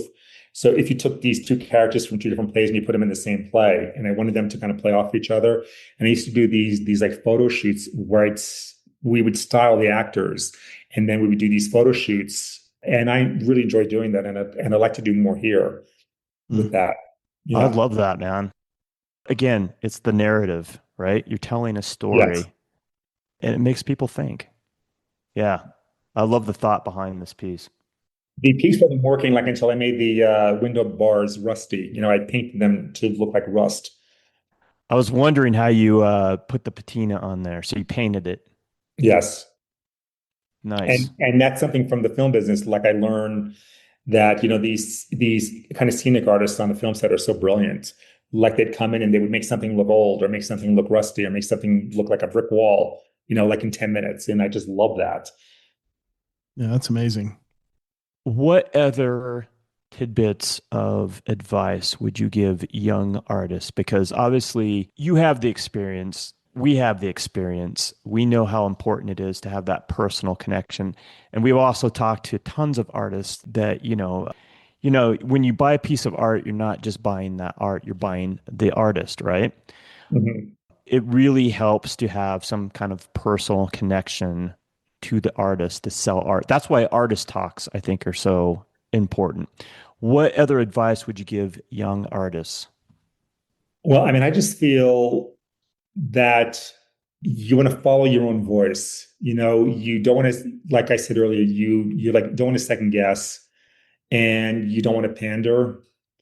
And I think that you also want to do the work, and part of that is that you have to set aside a certain amount of time, maybe not every week, but often where you're doing like administration stuff also, where you're sort of applying to art shows, there are call for arts, you're trying to get your work seen, and you have to do a lot of that stuff, like upkeeping websites, which I'm really bad at, and whatever, like mailing lists, cultivating that. Also, too, what I do is I'm very organized and anal when it comes to like databases. Like I have a database of like 2,200 artists up and down the Front Range because I used to up at Chautauqua. I was involved up there up in Boulder for a couple of years doing finding artists for they do these painted bear things in the park where you get like a big statue and then 15 artists paint them.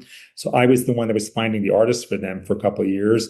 And people would apply, like a few hundred people would apply each time for the 15 slots. So I just cultivated and took all that data and I created these huge databases. And also too, I have a database of every single media outlet in the whole state. It took time to actually build it, but all the art journalists, the art critics, the managing editors, I have all their emails, every TV station, every newspaper, every magazine. I have the same thing. And then that extends to Santa Fe, to LA and New York. So when I do any sort of show or something, I do all my own marketing. And I was able to get, I've been interviewed multiple times, like on CPR. Is it been on local TV? I send it to the New York Times. There was a write up, a small blurb in the LA Times about one of my shows here in Denver. So I don't just rely on the galleries to kind of do the marketing like I do it myself. And I also have to, like, I'm doing these workshops up in Boulder now, these painting workshops. I said, how can I get people to be aware of the workshops? You have to maybe think outside the box. So I said, oh God, there's about 30 churches up in Boulder. So I went on each website of every church and I got the emails for the churches. And I sent them a letter saying, hey, can you please spread the word to fellow churchgoers that I'm doing this workshop? In these crazy times, maybe people need this. And I got like a bunch of people from that. So it's kind of like, how do you sort of come in the side door? And if you're clever enough, you can do these things without spending any money because it didn't cost me anything, really. It's just time. But now I have a database of all the churches up in Boulder, and I have all the schools in the Boulder Valley School District, private and public, middle school to high school. I have all the art teachers and all of their emails. So I can send that out, that I have an after school program that I do. That's brilliant. For any of your kind of genius kids, it's a wide net, but you wind up getting results. Yeah. It's a numbers game, right? Exactly. It's a total numbers game. And if you don't play the numbers, then it's not going to happen. Yeah. You like just can't post on Instagram, oh, I'm doing a workshop. Forget it. Like, how do you get them to come in? I just think that having a really good organized sort of administration life also. And a lot of artists, like all of them bitch to me, oh, I hate doing that. I don't like to do that. And I'm going, well, I don't know what to tell you. Like until you get like an art agent or something, or like a manager, like, you have to do it, otherwise it's not going to happen. And yes, sure, there's always that one person in 15,000 that posts something on Instagram and becomes famous. Sure. Right. Those are worse odds. I mean, I feel. Right. Yeah. Yeah, because you're just posting something, throwing it out into the nether and hoping that it hits, right? You're being proactive with actual, like, a database and emails or phone numbers or what have you, and doing the outreach yourself. And again, it's that personal connection, or you just don't know, maybe that art teacher is looking to turn a bunch of kids on to something outside of school, and they have this group of kids, or maybe they're not able to offer all the things that they used to because, funding's been cut to education and the arts right and left. So, hey, there's this other place where you can take your kids and have them have an art experience, learn something. So I think it's brilliant, man. Yeah. No, but I think also too, like, especially now, my sister told me that I should advertise that it reduces anxiety in kids. And that's gotten a lot of parents' attention, because I think parents are looking for something because there's a lot of anxiety in these kids. And I can't tell you more, like every single time that a parent has called me and said, listen, my kid does not speak. They're so anxious that they cannot talk to anybody. They come into my class and they're running all over the place. They're talking to everybody. As soon as the parent leaves and they start making art, they just open up. And it's kind of like, I just love that. And that was kind of me when I was younger. Like, I had a really bad speech impediment when I was very young, 5th, 6th grade and stuff. And I remember one day, like, I was always being teased, also too, mocked and teased, and it was like bullied and stuff. I just started to laugh at myself and just plow forward. And I feel that if these kids feel that they're being seen, I think it's really therapeutic that there's somebody seeing them that's not part of the family, that really sees them and really engages with them and really listens to them and really it makes them laugh, and I give them donuts too. And that helps, It's always like the first thing they'd say to me, what's a snack today? You That's right. know, one time I bought Voodoo Donuts as a special treat, and they were Mm. pissed off because they all wanted Dunkin'. I'm like, what did you do? We don't like these. We want Dunkin'. That's funny. That's hilarious. Oh, I love it, man. That's Who why they doesn't come. love a donut? It's why they come. It's not for the art, it's for the donut, you know.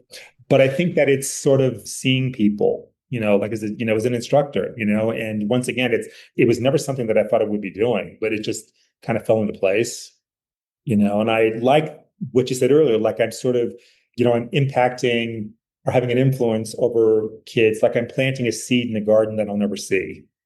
It's kind of what they say as a teacher. They may not remember me or my name, but I'm giving them, I think, a lot to move forward on. And I've been doing it for so many years now that parents have reached out to me saying, my kid's applying to Pratt Institute in New York, and they're using paintings that they did when they were 12 Wow. in their Wow. portfolio from my class. That's crazy. Yeah, that's awesome, man. Yeah, it That's is. Yeah. that's got to be And a that good makes me feeling. happy. And that makes me happy. Yeah. Yeah. Yeah, You know? absolutely. I mean, that's wonderful. I just want the students to grow up and make money so that they could buy my paintings. There you go. So it's all You're creating. self-serving. It's all self-serving. You have to create the audience. I want to talk about one painting real quick, and it's just funny. I just happened to see it on there. It's Banana Split. Do you know which one that is, Todd? Of Yeah. course. Let me pull it up. Because I have a connection to that in a sense. Last summer, I was in Denver with for Art and Ag with Todd and I. We do this little thing every summer. Yes. And I was in the gallery and you were there. And I saw this and I just thought this was hilarious. So talk about this piece, share with what I got. But talk about this. Well, this is one of the same. This is one of my series of iPhone kind of paintings that I've done. I've done maybe 20 of them, of how we look at art or famous moments or Jesus on the cross. And I'm in a critique group as I started in Boulder at the beginning of the pandemic, a weekly art critique group that's online. And we've been doing it now for 5 years. And now we have people from all different countries in our group. And I still host it every single Saturday morning. And they were bitching one day. Everyone was bitching about the whole incident with the banana on the wall with the tape, and how it's not art and how it's disgusting and how it's a waste of money. And I'm like, the fact we're talking about this for an hour means it's successful. Right. And I always get a little uptight when I hear people saying that something is not art. Who is the decider? Right.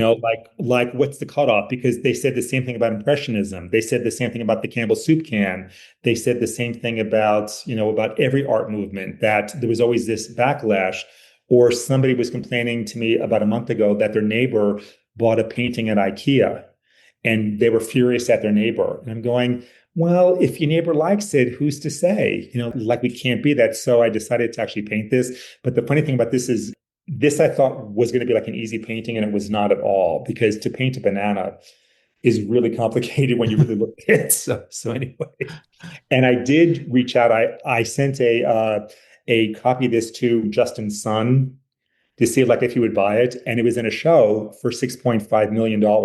If you saw that down on Santa Fe. So the price tag on this was 6. So that was part of the joke too. And I'm like, you know what?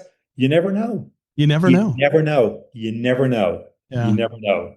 Yeah. No, I love this. I saw this and I laughed and I thought this was great. Can you unshare? I want to show something. Yeah. So then anyway, I was there that night and I took this with my iPhone. God. Oh my God, that's amazing. It's an iPhone of an iPhone. Yeah. That's great. That's great. I haven't sold it. Obviously, I'm not selling this, but I thought it was kind of funny. Your work. And I kind of felt a little uncomfortable taking it because you were there. And I was like, I'm going to snap this real quick. And but I just said I had to take a picture of the iPhone, taking a picture of the banana. Thank you. No, I always encourage people to photograph the work. I don't care. I feel it's worse when they don't. Right. When they walk by and they're indifferent. No, I always say, that's fine. You can take a picture of it. Yeah. I get it, but no, that's great. That's a funny story. Yeah. Yeah. That was so many. I can remember you there clear as day now. So that was funny. That's so funny. The like thing that I love is people say to me all the time, "Oh, I saw your work here," or "I remember your work from 2 years ago," or "I saw your work at the Art Students League Art Fair," and I like being recognized by the work. Hmm. I think that it makes me feel like I'm doing something right because we all have self-doubt. Right. So at least if you're getting some sort of recognition or some acknowledgement, or there's a connection that they're sort of connecting you with the work, I feel like I'm going towards the right direction. So Right. I'm flattered. Thank you. You bet. So that leads me to a question that I've asked in the past, and I haven't asked in a while. So, what's your feelings on art appropriation? Well, I think it's something that's happened from the beginning of time. Yeah. I really do. Like if I, yeah, I kind of feel, you know, is I'm not at the level where I'm making so much money from my artwork that I would be worried about it. Hmm. I think it's always happened, Right. Yeah. and I don't think, like, once again, I don't think that there's any way to stop it, and I don't think that it's worth getting angry about. Yeah. And once again, it's kind of like I feel if someone is appropriating your artwork, and this is going to ruffle feathers, but I feel it's worse when they don't, Hmm.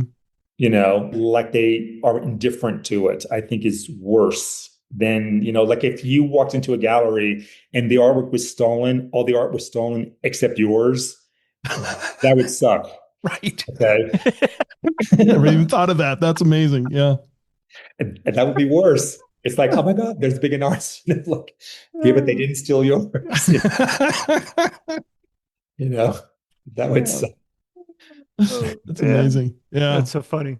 How do you feel that you've evolved in the last 7 years since you moved to Colorado and really like got after it, been painting so much, teaching, you have your hands in so many different things. How has your art evolved, do you think? Well, I think it's gotten better, and I'm much more technically savvy, and I also too, in my art studio, the owner of the building came into my studio one day and he goes, "It looks like 15 different artists." Because I do a lot of different things also. Like I do some abstract work. I do, like a lot of different work. And I don't really have one particular thing that I always do, and I think that it's just is I think it's always led me I just trust my instincts. And I think that that's always suited me since I lied about getting that job when I was 15. I just trust my instincts. And I always feel like I'm going to land on my feet. I always do, and I've never had a job. After that was probably one of my last jobs. Everything I've done since then, my entire life has always been freelance. Yeah. I've never had an employer. I worked at Miramax for 6 months because somebody was on a maternity leave, but that was the only job I ever had. Job. Right. Where I had to go into an office or something. And as an executive, I was there for 6 months. But besides that, Len, and I just feel, I feel that I've always been very creative. And as long as I'm creating something, I feel very satiated and very happy. Even when I just go to the studio for half an hour just to put down a coat of gesso on a canvas, I feel like I did something really industrious that day and it's going to get me towards where I need to be. Like if you do a little bit every day, and I never thought, like I said, I never thought I would ever sell art, Hmm. ever. I always loved art, but I never thought it would be like a full-time artist. What do you do? And you've had such varied experiences in the film industry, and then obviously doing what you do now. How do you deal with rejection, and how do you deal with self-doubt? Well, I think that the self-doubt keeps you going. Yeah. Like I think it does. And every single movie that I worked on, every single painting that I've done, there's a point in the process where I think it sucks. It's horrible. It's not working. And then I walk the dog and I come back and I go, oh, that's not so bad. But I think that self-doubt keeps you going forward. And I think that it's a healthy thing to have self-doubt as an artist, because I think it keeps you striving to kind of like get somewhere else, and I wish that my artwork was a lot looser. Like that painting that I sent you earlier, that's a new phase for me where I'm trying to be more painterly and less kind of photorealistic. Mm. Because I feel, especially now with AI and stuff, people are looking at the work going, oh, is that AI generated or is that a photograph? Especially when you see a photograph of my work, like it like crushes all the color. So you don't get the nuance that you would get if you saw it live. You can tell more that it's a painting when you see it live. But I wish I was more painterly. Like I love the work of, what we de Kooning work, where it's just this manic kind of swashes of color on a canvas. And I wish I could do that. I've tried. It's really hard.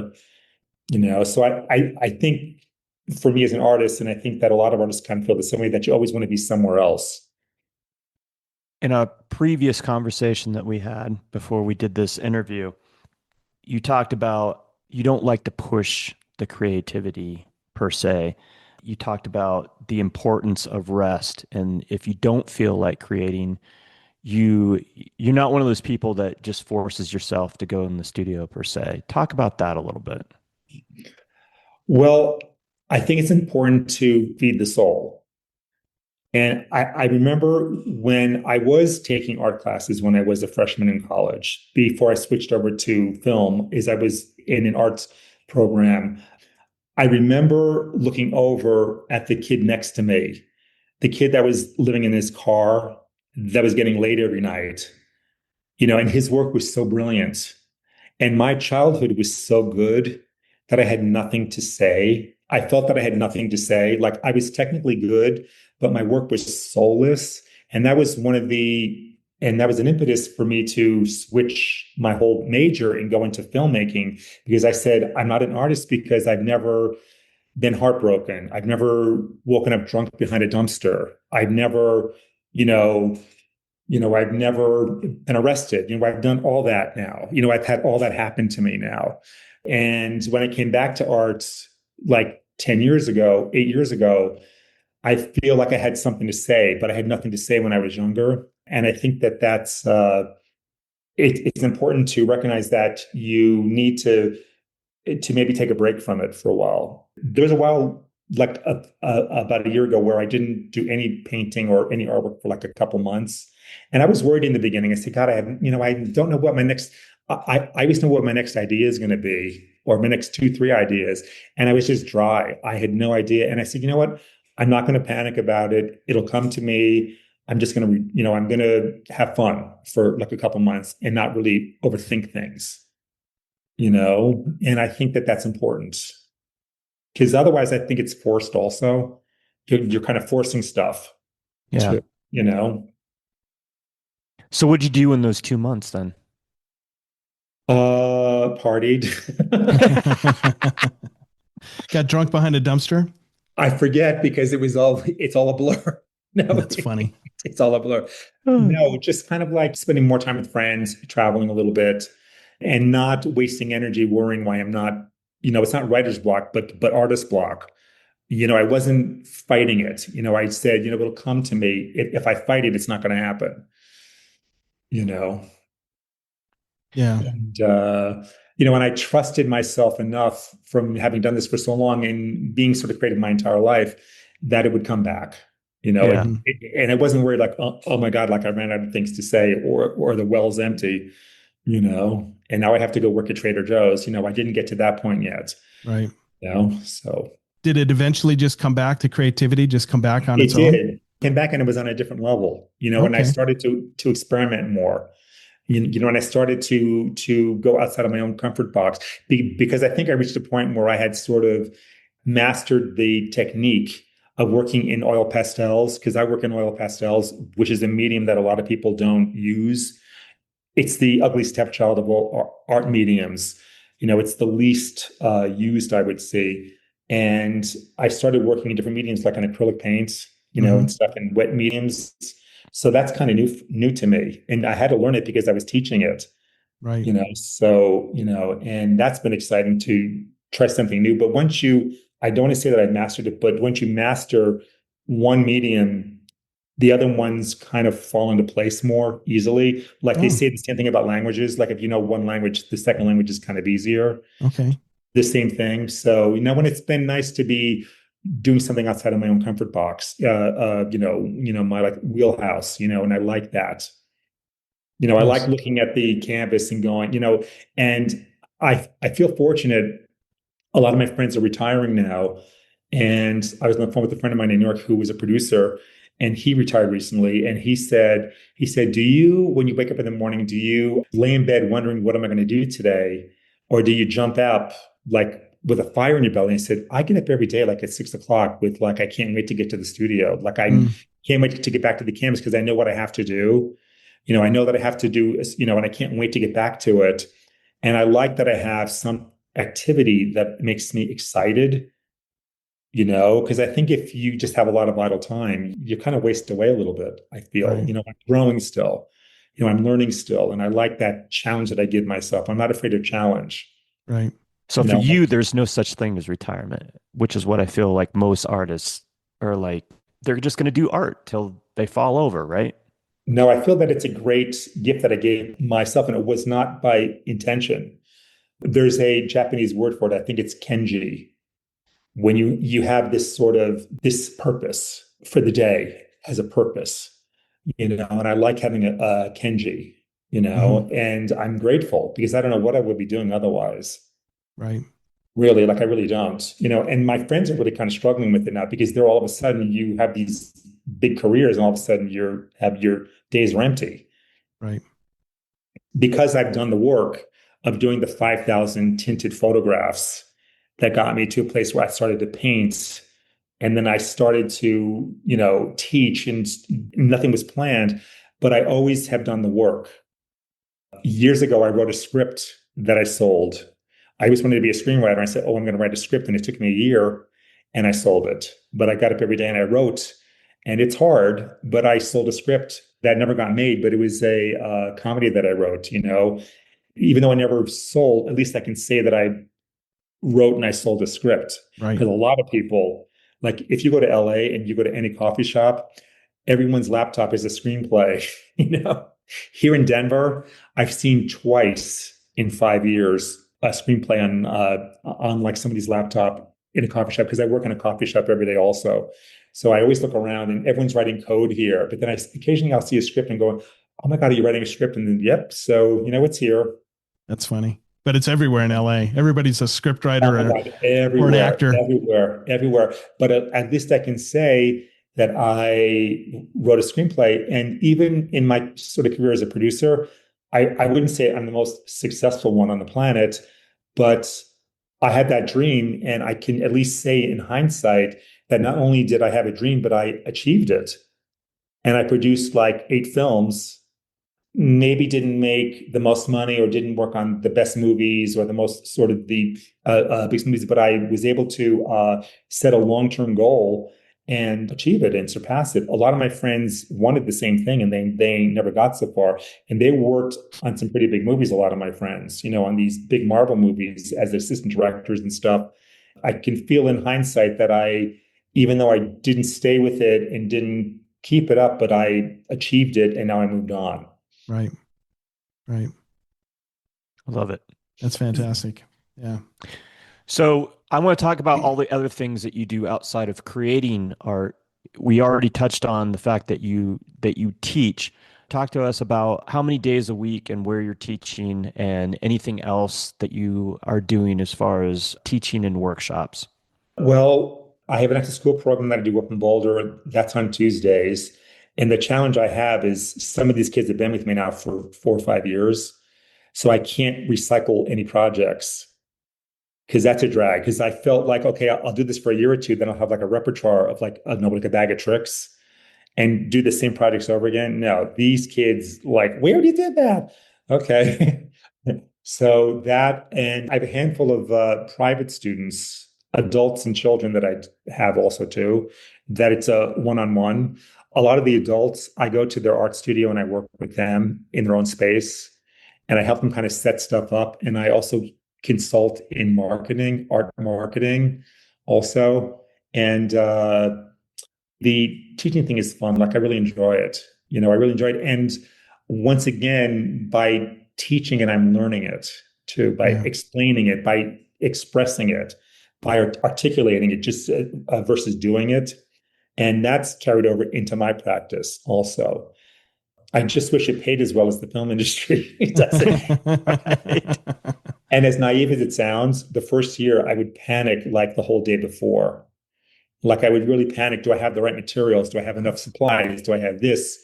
Like, what if they finish early? What am I going to do? And it was really, and I have a lot of admiration. It's so naive to even say this for any teacher now, because I never, you kind of know it, but until you're in it, you don't really know it. It's like, wow, there's a lot to be worried about because kids have no patience, Right. Yeah. and they can smell.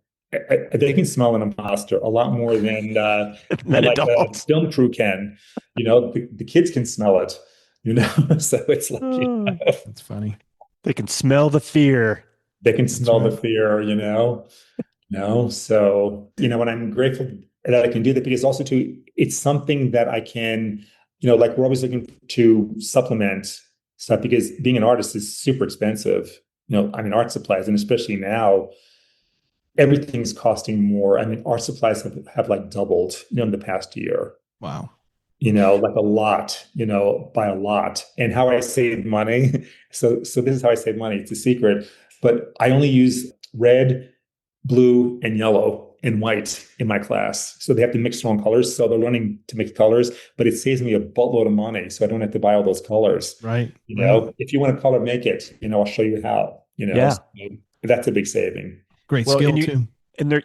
you're going to learn more by mixing your own colors and Much figuring out, more, learning that color theory and learning how, much more. combine colors. Yeah. As opposed to just I'm being cheap. Yes, So that's the like side effect. And what else do I do? Teach and the workshops. I am an ambassador, volunteer at the Denver Art Museum, and the Pizarro show. He's an impressionistic painter from the 1800s. Just ended, and I am doing a Paint to Pizarro workshop that's happening at the Boulder School of Fine Arts during the month of March. And it's on the website, the Boulder School of Fine Arts. And so we're going to paint a Pizarro.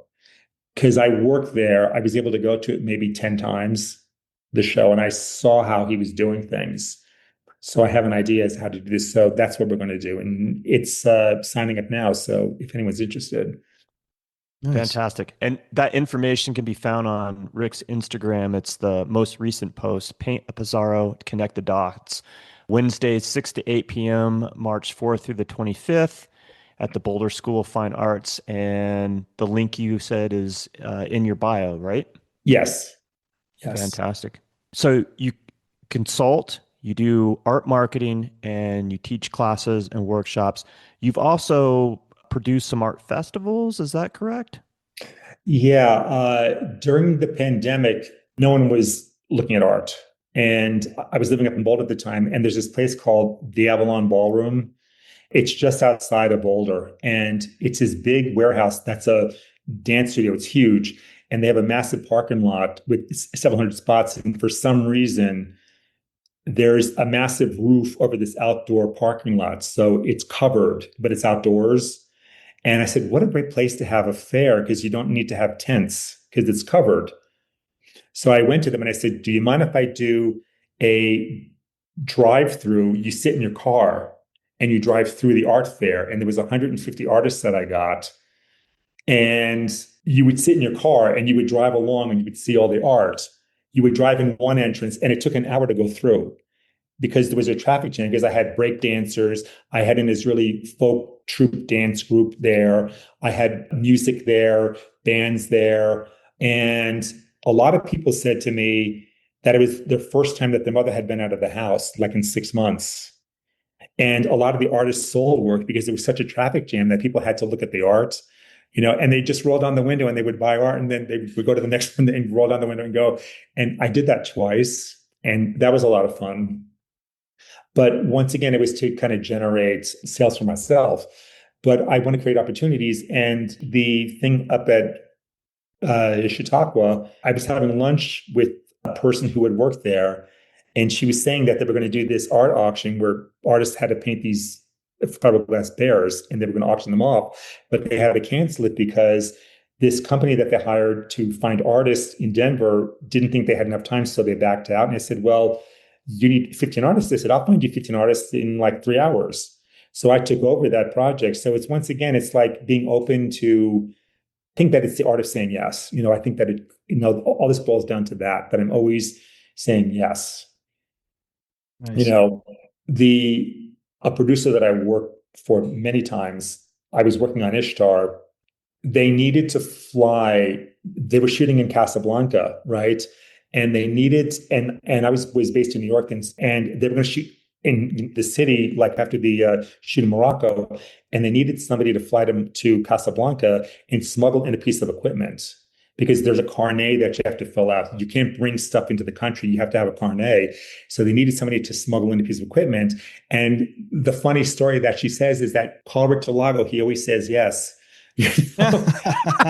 And for some reason, some bizarre reason, about 2 months earlier, I had gotten a passport because nobody had passports then. I mean, this was in the mid 80s because you didn't need a passport to go to Canada or Mexico. And it wasn't that common. But when I lived in Brooklyn, there was a passport place on the corner to get your passport done. So I did it. And so I had a passport. And so they said, okay, you're going to Casablanca like in 2 hours. And I went and I wound up staying there for like 2 months working on the movie, like very spontaneously. And I feel that that's really suited me, that I always say yes to everything, to every opportunity. And I think that people can benefit from that. It's an age-old sort of philosophy, but I think it does work. Yeah. So how did you smuggle it in? It was in my suitcase, but what happened was I'd never been out of the country, okay? And Casablanca is intense, it's Morocco, and I get off the plane and they had all these guys with machine guns, and I had never seen that. Now we're kind of used to it, in the United States. Right. But, and I got really nervous. I said, what if they find it? I mean, could I go to jail? And Midnight Express had just come out, Yep. and it wasn't drugs or anything, but I was smuggling in a lens, and it was fine, like it was fine. So I didn't have to worry. But that was really eye-opening because it was the first time in my life, and this sounds so naive, but I was the outsider because you walk around there, you can't read any sign because it's all in like Arabic. Right. And you can't even match things up. You can't even look at a map and kind of match things up. And I was so overwhelmed when I first got there because I felt people were staring at me as the lonely white boy kind of walking down the street. And it was really eye-opening because it was, it was a profound experience. And I felt really out of place. And then I looked over and I saw this woman was licking a napkin and she was wiping her kid's face. And I said, oh my God, that's so universal. Like that could be happening in a small town in Pennsylvania. Right. And then I looked over and I saw like a young couple in the park holding hands. I said, so I was focusing on what was not different, but what was the same. And then I had a great time. But it was a little bit of like, God, now I know how it feels to be a minority walking into a department store or a minority walking down the street in our country. And as a white dude, I never felt like I was profiled. I mean, obviously, here, like, and I understood that's what happens. And I think the thing about art and the film business is that what we're doing is we're exploring the human condition. And I like that. And I like the fact that people are imperfect and everyone's different. Right. And I learned that by being an artist, and exposing myself and putting myself in those situations and kind of seeing how we are all the same, and that was really, really profound because it really is overwhelming.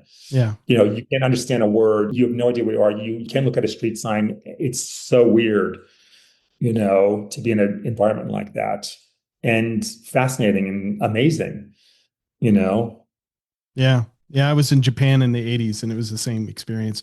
Oh, God, I'm dying to go there. Dying. You're at the train station in Hiroshima and they're telling you like what train's coming next. And you're like, I don't know anything. I just, and luckily I was with somebody that spoke the language. So, but it was surreal, being white in a Japanese country, there was only a couple of us in the city that you'd see. Right. So, yeah.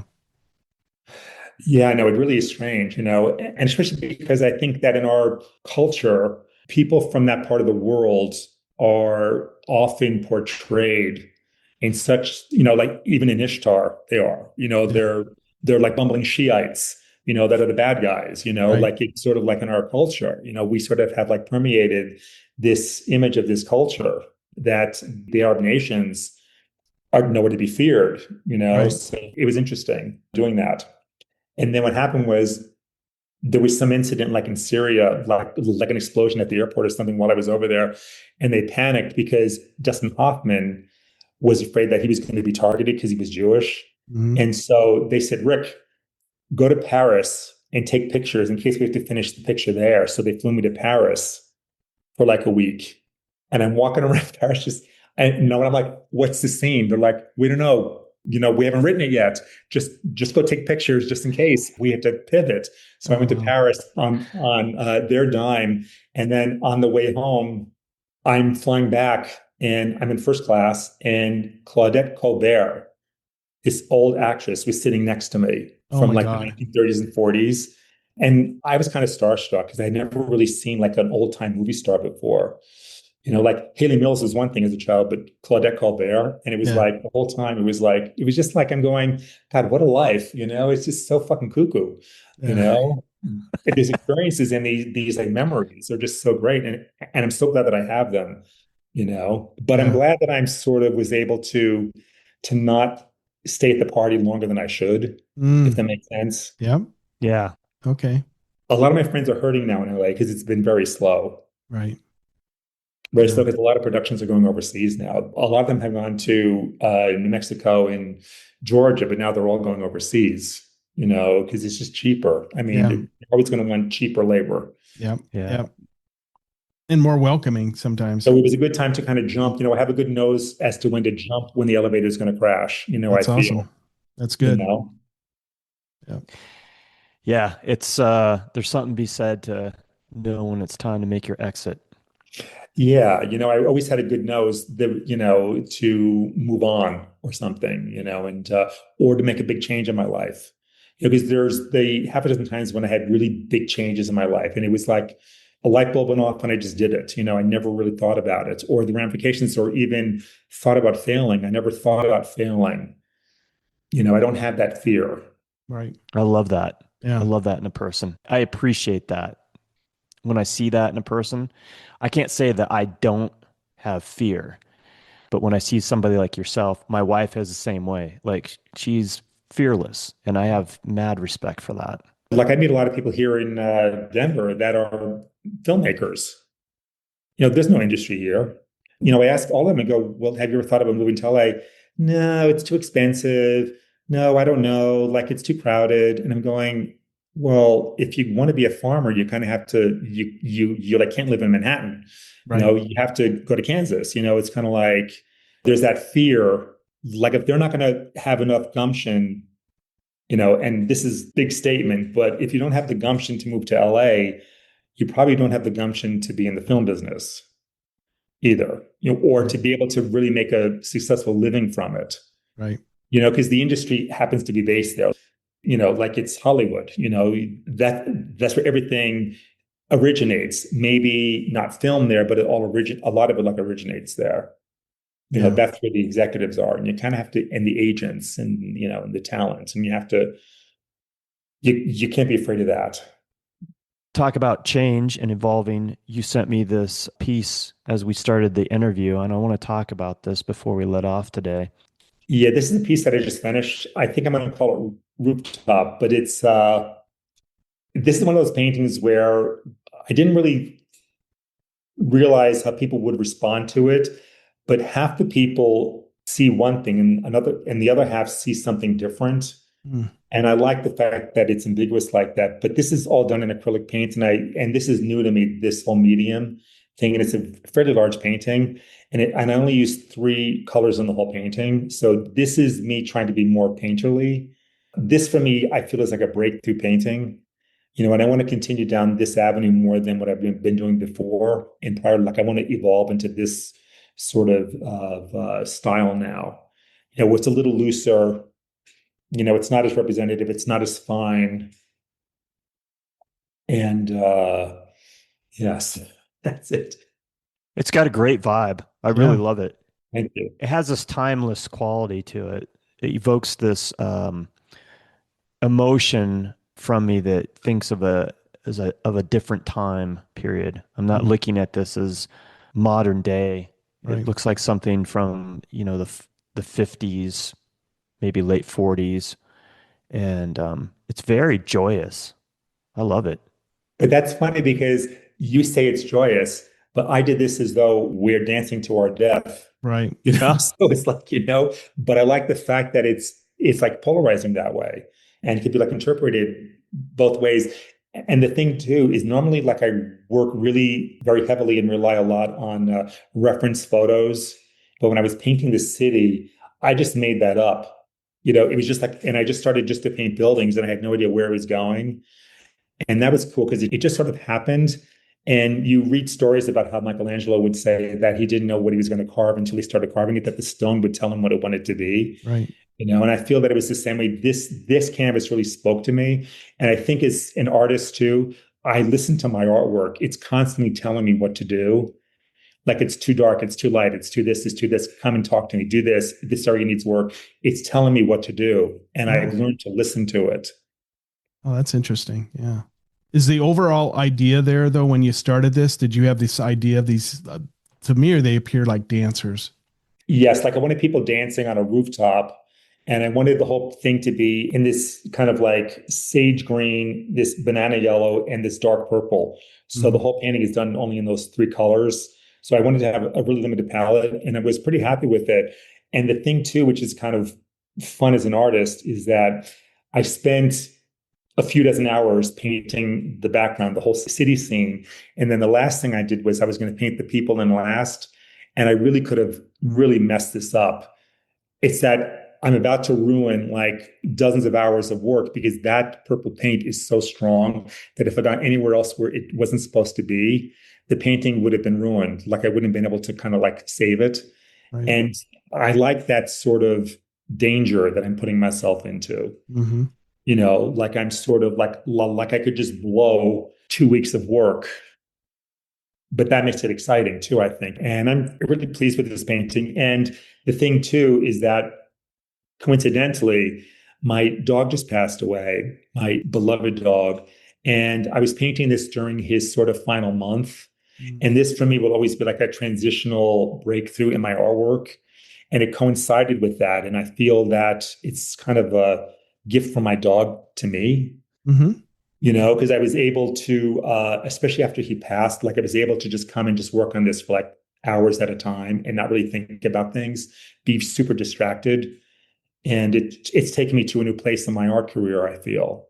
Nice. It's a fairly big painting.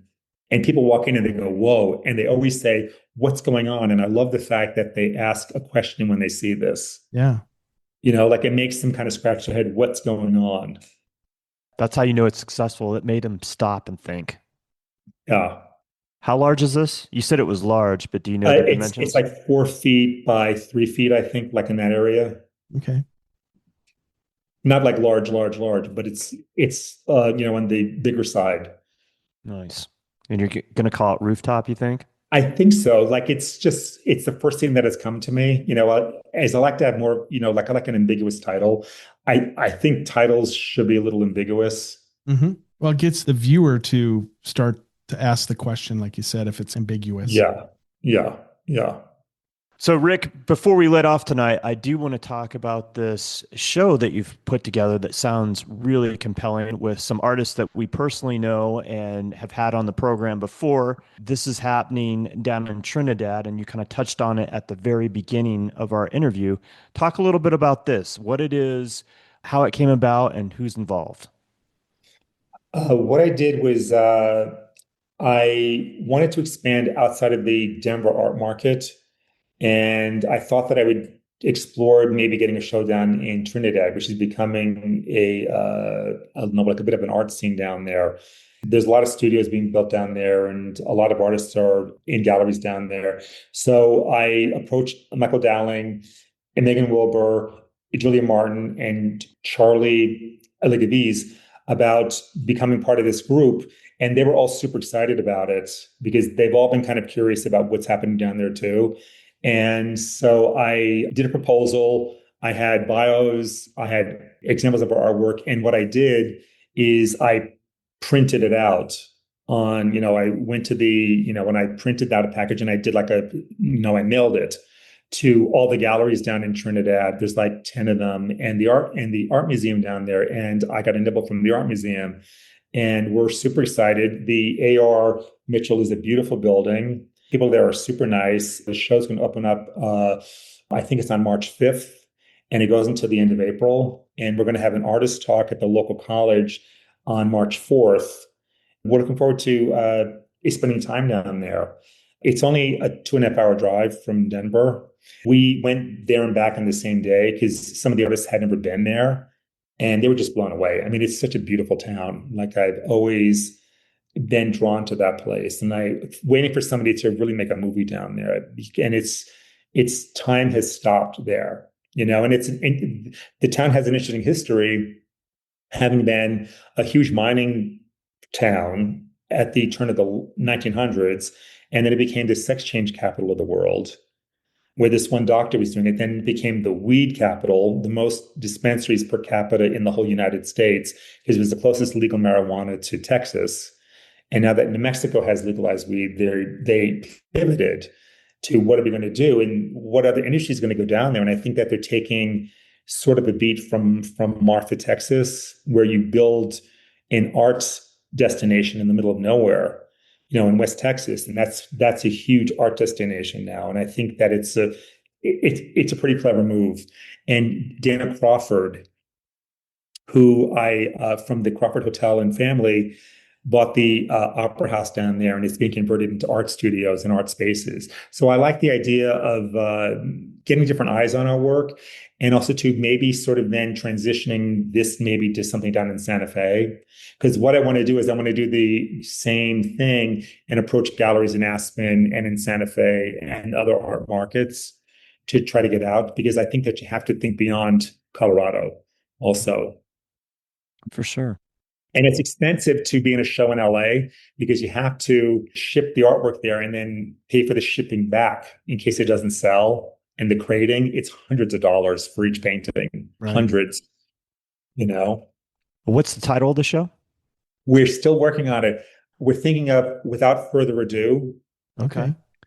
And celebrating 5 Colorado artists, At one point we were thinking 5 at 6-7, but 6-7 is so like yesterday already. Yeah. 5 at 6-7, but that's already kind of like, it was clever like a month ago. Now it's like, what? It's passe. It is, So yeah. Well, either way, I like the title. And so did you work with each individual artist as far as what you were going to show in this particular venue, or just allowing them free reign to do what they do?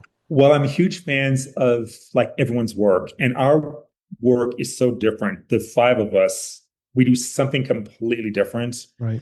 And I think that that's going to be the cohesion of the show. I don't like shows personally that are over curated or overthought or too similar. Like even how I'm going to hang the show, because we also hang the show. I don't want to do like a section of my work and a section of Julia's work and a section of Megan's work and a section of Michael's work. I want to mix it all together, because I think that if you see a wall of all my stuff, there's diminishing returns, or Julia's stuff or Megan's work. It's good when it's interspersed or plays off of what's next to it, being different, and I like that. And I like having a title that, once again, it's like a head scratcher. Right. Like I hate titles are like, evolution or, meditation, like these flaccid titles for art shows that they normally give them. Yeah. Years ago, I was in a show and I called it Ass, Gas, or Grass. And the gallery owner was like, what is this show? I don't know. And so many people came because of the name. Yeah. I remember that one. I thought it was brilliant, man. I was like, oh, I wish I would have come up with the name of that show. I was trying to do the same thing here, but I just couldn't know with that hook. But the gallery owner was like, she's like, what does that mean? I said, well, it's a hitchhiking expression from the 70s. She goes, I hitchhiked in the 70s and I never heard that ever. She was like all on my face about it. And I said, well, you obviously never got picked up. because Right. it's a big expression. I don't think you have to explain it to know what it is, ask gas or grass. They had So bumper anyway, stickers back then about of that. course, of Yeah, course. everywhere. Yeah. It's like Anyway, keep on trucking. It was the same anyway. vein. I think it's the same thing with the title of a movie. I mean, that's such a huge debate on every movie I ever worked on, because a lot of times the title is given after you're done filming. There's a working title, but then there's always like a huge like focus grouping and thousands of suggestions and ideas as to what the name of the movie. It's very fraught Yeah, debate that they have. And the same with like naming a show. I feel you want to do something that's going to make people curious. sure. Sure. Yeah, I You like know? that. So That's a anyway. great name. That's Rick, anything else that you want to talk about that you have coming up or you want to promote here in 2026 that we haven't talked about?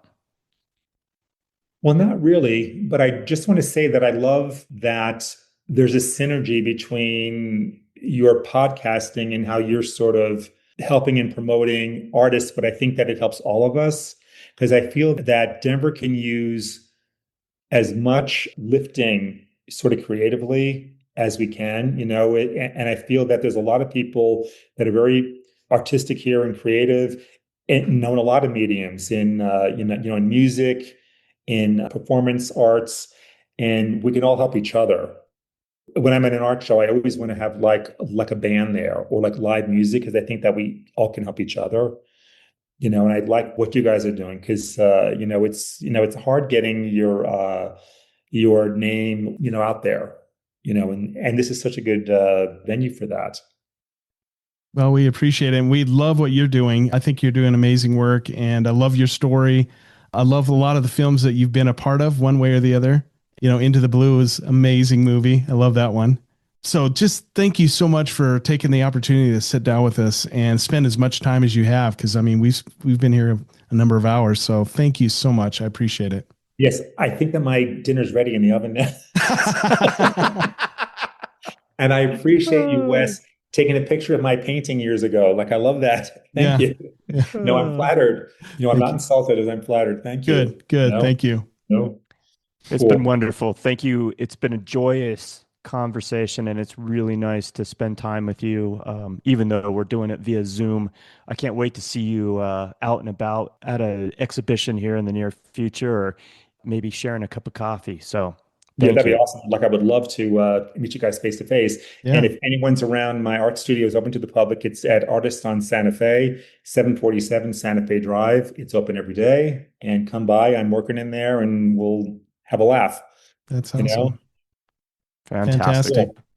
Again, follow Rick on Instagram at Rick Dallago and check out Rick's fantastic work at his website, rickdallago.com. As usual, I will have all this and more in this week's episode notes. For the Tenet Podcast, I'm Todd Pearson. And I'm Wes Brown. Have a great week.